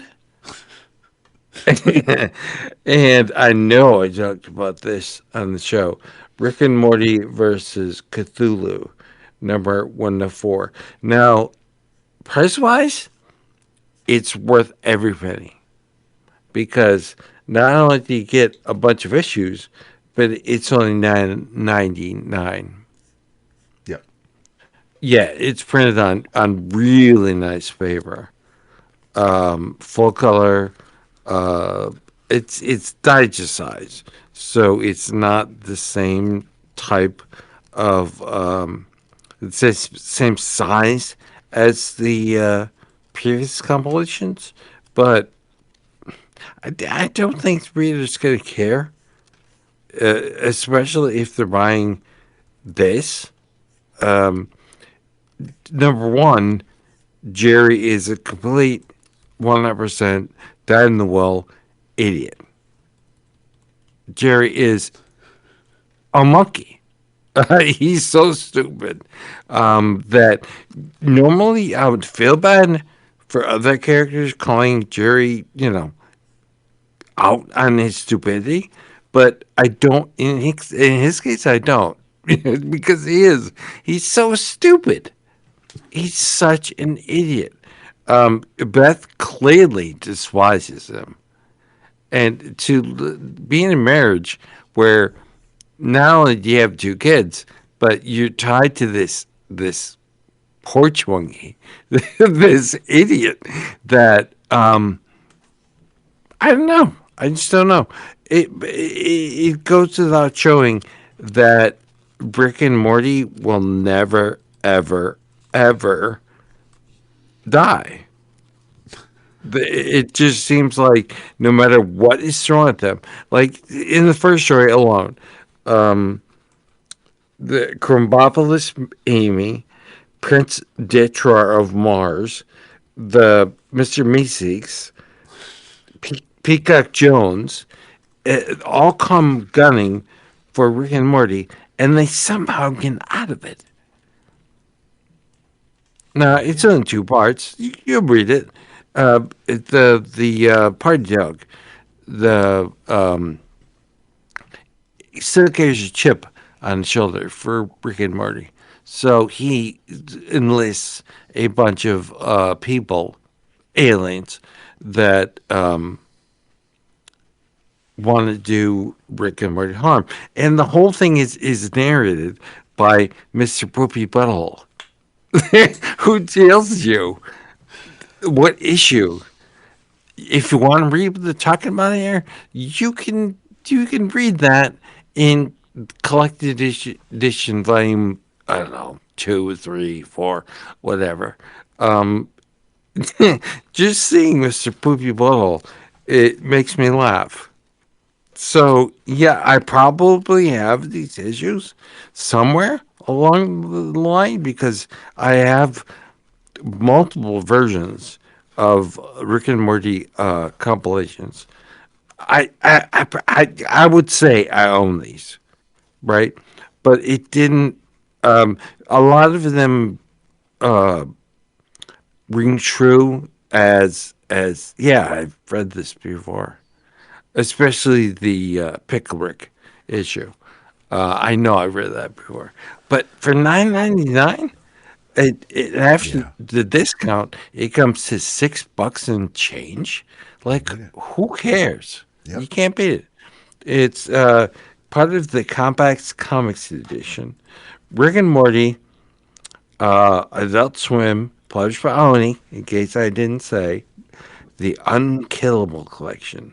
Hopefully, it's volume 1. Because for this price, even though I own it, I'll keep buying it. I mean, and it'll take a while to collect all the issues in the miniseries. So yeah, it'll be a nice. Yeah, you could. You're right. That's what I'm saying. The first one of Rick and Morty lasted 100 issues. Yeah. Yeah. The second, at least 12. And now they've adopted the Hellboy format. And even before that, though, even before they adopted the Hellboy format, they were still doing like the Cthulhu, like the Worlds Apart that Tony got to draw. I mean, they've been doing miniseries as well as the ongoings for a while. Sense, they did the Dungeons and Dragons one, so yeah, and there's 2 Dungeons and Dragons, both of which were published as standalone volumes. both of which are combined in hardcover editions containing both of them. Right. They do the double feature. Basically, Rick and Morty is Oni's Hellboy. Hellboy to Dark Horse is what Rick and Morty is to Oni. It's I mean they'll republish and repackage that property is never going to they're never going to let go of that property. No, never. I mean it'd be stupid. It's like IDW on steroids. Yeah. Yeah. Pickle Rick is the single episode Renee will never ever watch a second time. Every time we go through the seasons, when that episode is up, she's like, Skip, go. I'll go upstairs. I'm not watching. I was like, all right, whatever, that's fine. So if I want to watch it, it's a solo episode. But yeah, that is, I mean, we'll watch. There are episodes we have watched countless times, but that is one that she wishes never existed. Yeah. And unlike the show, the comics can be digested slowly. Yep. So you get all your jokes. There's a one stumbling block for me getting into the animated show was that it moved too quickly. I'd have to rewind to get the joke, or my brain would melt because it moved too quickly. The comics, not so much. They move at the pace that I want them to move. So, yeah. I much prefer the comics. And still ticking off all the boxes. It's still, I mean, even reading it, you feel like you are reading a static version of the cartoon. Oni was able to, whether it was Ellerby or Kibblesmith or anybody, or Starks, like anybody that they're getting to write these books, it feels like they've studied the cartoon, or they hung out with Harmon to find out, what it is that makes this series tick. But yeah, I'm glad Oni is still running with it. I do like the look of the compact collection. It's not when you're it's not inside the spine. You're able to, like, it's not too tight. It's not too compact in there. You can open the book and read the interior panels that are going into the pages. Yeah. Okay, all right. Yeah, it's not that thick. No. Okay. I didn't list the creative names. So Kyle Starks, Teeny Howard, Delilah S. Dawson, Zach Gorman, Jim Zub, Mark Ellerby, C.J. Cannon, Troy Little. Nice. Among others. Yeah. Love it. Troy Nixie does the... I don't know why they don't have... it is Troy Little. I thought it was Troy Nixie. Troy Little. Obviously, the gold here is Pickwick and the Cthulhu 4-issue series. But comic edition, the unkillable collection of Rick and Morty. Love it. Yeah. First, because it's been a minute.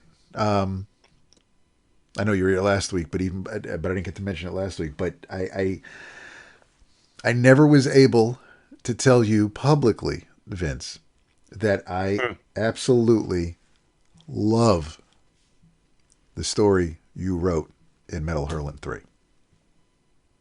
And I'm not just saying that. I'm not just blowing smoke. I'm not saying it because Jason and I are in it, but it is. I love this story. And Matthew, of course, drew it, so it freaked me the fuck out. But the next time you see Matthew, tell him. I will, because, like I said, he did most of it. I had some ideas, but the majority of it is Matthew. So you should, yeah. I will tell. It's I get to go to my grave knowing it's in Metal Hurlant. That's right. That is facts. That's not a bad thing. No, it's not. It's not a bad thing at all. In your travels, trigger warning. This book contains disturbing depictions of torture, kidnapping, graphic violence, violence against women, physical abuse, and death. This is Devil on My Shoulder, published by Dark Horse, written by Kyle Starks, art by Piotr Kowalski, colors by Brad Simpson. It's very similar to, it's in the vein of I Spit on Your Grave. There's a young woman. We know her by the name of T-E-E. She is, she's at work. She has to take care of inventory, even though her mom just died. And actually, no, her grandmother, her dad's mom just died. Dad was real close to her, and she was kind of hoping to be able to spend time. But her manager's like, this has been on the schedule all month. It's your turn. We've all had to take care of inventory at night. One of her coworkers is like, hey, I got a date tonight, but if we work together, maybe she's like, girl, go on your date. I'm not going to prevent you from getting some. Get out of here. I'll take care of this. She closes up the shop. And there are five kids, 5 young men following her to her car. And they harass her and they get physical with her. And she fights back until one dude just clobs her on the side of the head. And that's when things get fucking hairy. And it's because of what Kyle says at the beginning of the book regarding the trigger warning. He does end it by saying, we promise her revenge will be just as bad. And knowing that Kyle will write a story where generally it has a happy ending, or at least the person that deals with the most does end up getting revenge. The punks, now her name is dog shit. So reminiscent of Game of Thrones and Reek. Her name is dog shit. That's what they keep referring to her as. She cannot speak. They ask her, do you understand what we're saying to you? She says yes. They punch her in the face because she spoke. Each of the boys has a different descriptor name. There's Kicking Boy. There's Artistic Boy. There's Fifth Boy, who just sits and watches. There's Laughing Boy. So, I mean, she gives everybody names.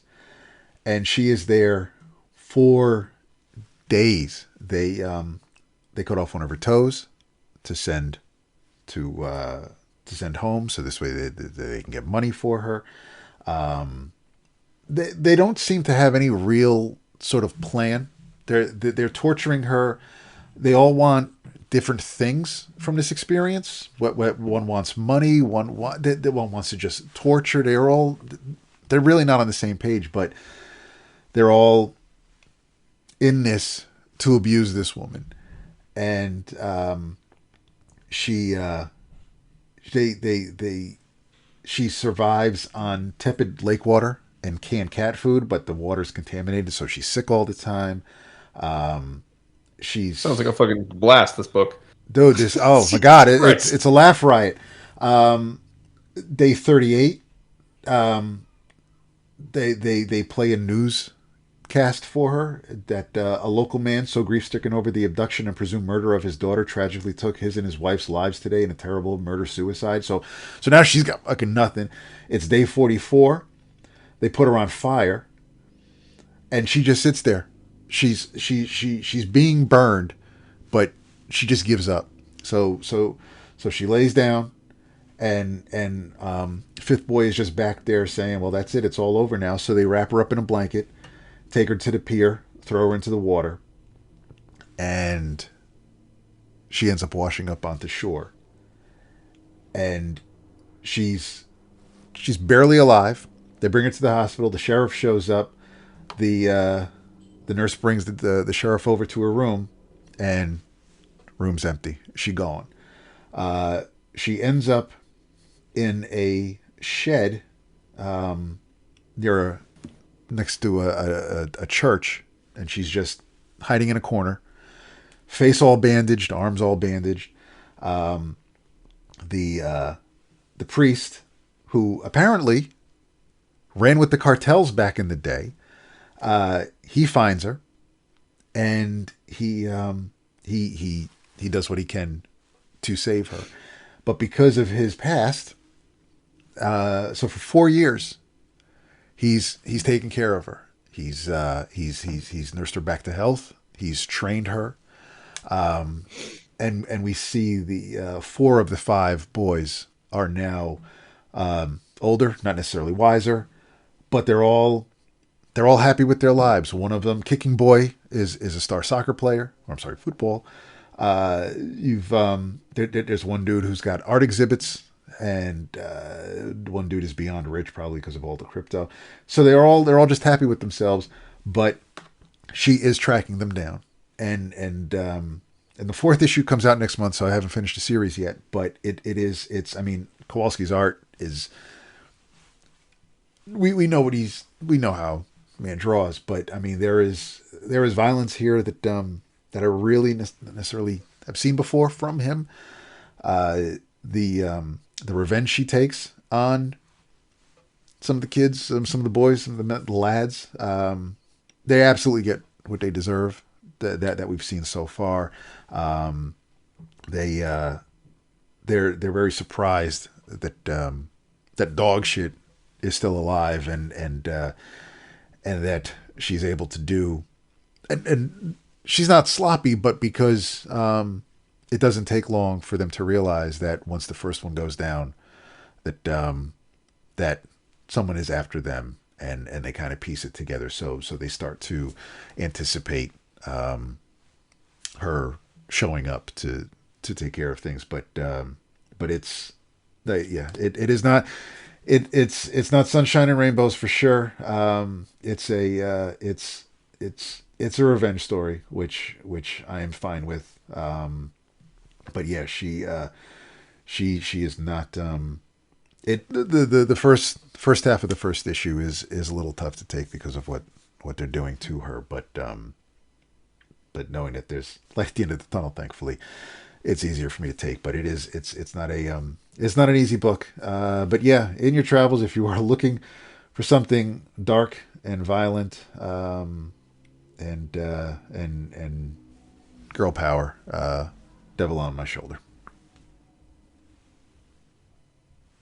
Well, on that happy note, Jesus Christ. Pick us up, Jason. Jesus. Yeah. I got 2 things for you. One, in your travels, you got to check out Absolute Wonder Woman 2026 annual #1. Oddly named. We got to work on comic names, man. Like, these are so long now. And it's like, just call it Absolute Wonder Woman annual #1. Like, it doesn't be 20. Anyway. But written by, of course, Kelly Thompson, with art, really nice art by Mattia De Ulis, who I think has gone from like a decent artist to a very good artist in the last couple of years. It takes place between. They were kind enough to let us know that the story takes place between issues 15 and 16 of the main book, and it is Diana imploring the gods to give her an opportunity to relieve Medusa of her pain, because recall that back in the first arc when Wonder Woman was trying to defeat the Tetraseed, she ended up harnessing Medusa's powers to do so. And ever since, she has understood the incredible pain that Medusa has to deal with. And so that's what the manual's about. It's about her getting permission to go and try and meet up with Medusa and heal her of her pain. And I'll leave it there. But it's very cool what she has to deal with. The conceit she makes to be able to make the bargain, to go ahead and try and do this, and whether or not she's successful and how she defines success. But it was really beautifully illustrated by Deulis. I think it fits perfectly in with the great art we've been getting from this book from the start, and I loved it. More awesomeness. The series continues to not disappoint in any way, shape, or form. And then my broader in your travels, which is a treat yourself kind of a thing, for those of you that haven't picked it up yet. I had the great pleasure of picking up Darwin Cook's The Complete Spirit Concierge Edition. It is in shape and form very much evocative of the Martini Edition hardcover slipcases that they did for the Parker books. And it is an absolute delight. I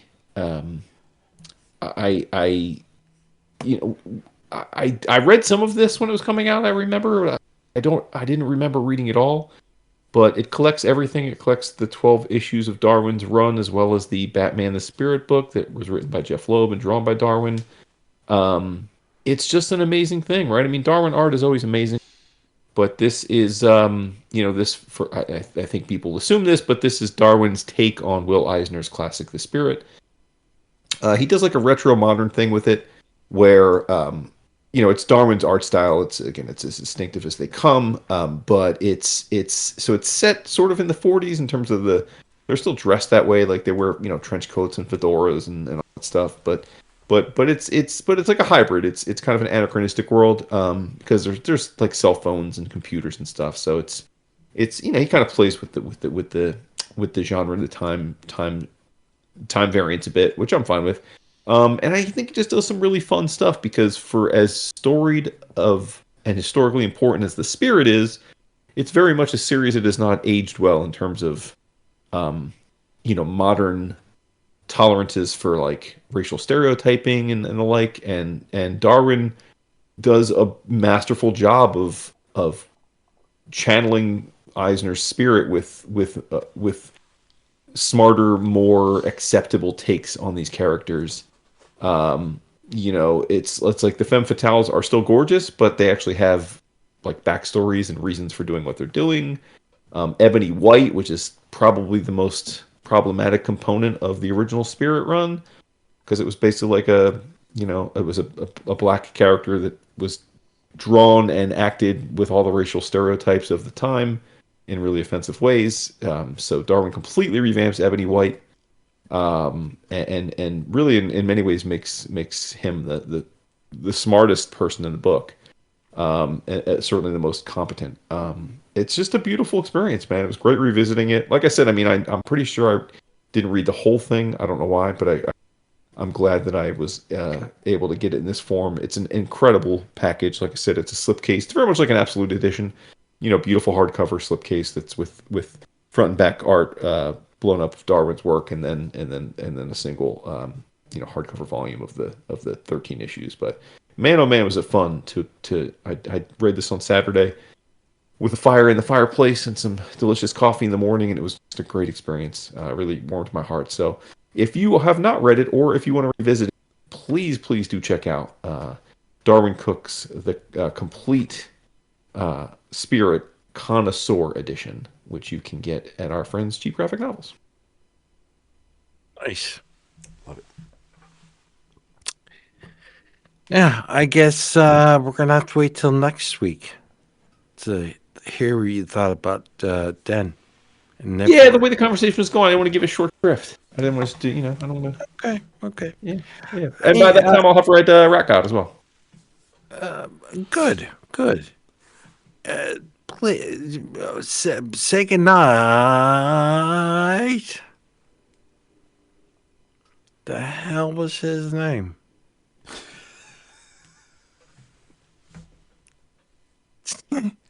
I know his Bay's name's Kal-El.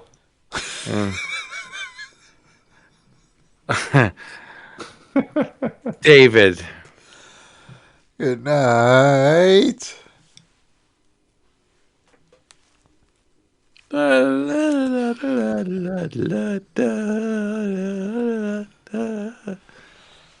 That's strings.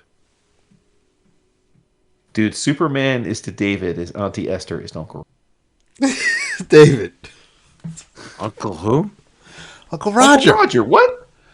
Oh, Uncle What? Roger. You blanked out. You fucked up.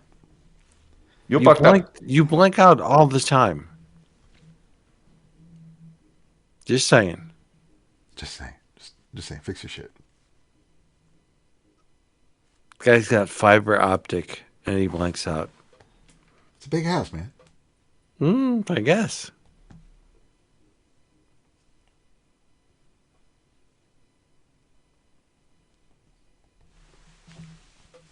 I think that's it. I think we'll be back next week. Yeah. Thanks for listening, everybody. You could have been listening to anything else. You decided to listen to us, so we appreciate that. We thank you for that. We love you for that. We will talk to you next week. So go read some comics. Try Try to keep it light and happy, so maybe don't read Devil on My Shoulder. And we will talk to you all for reals next week. Bye. That's it for that one.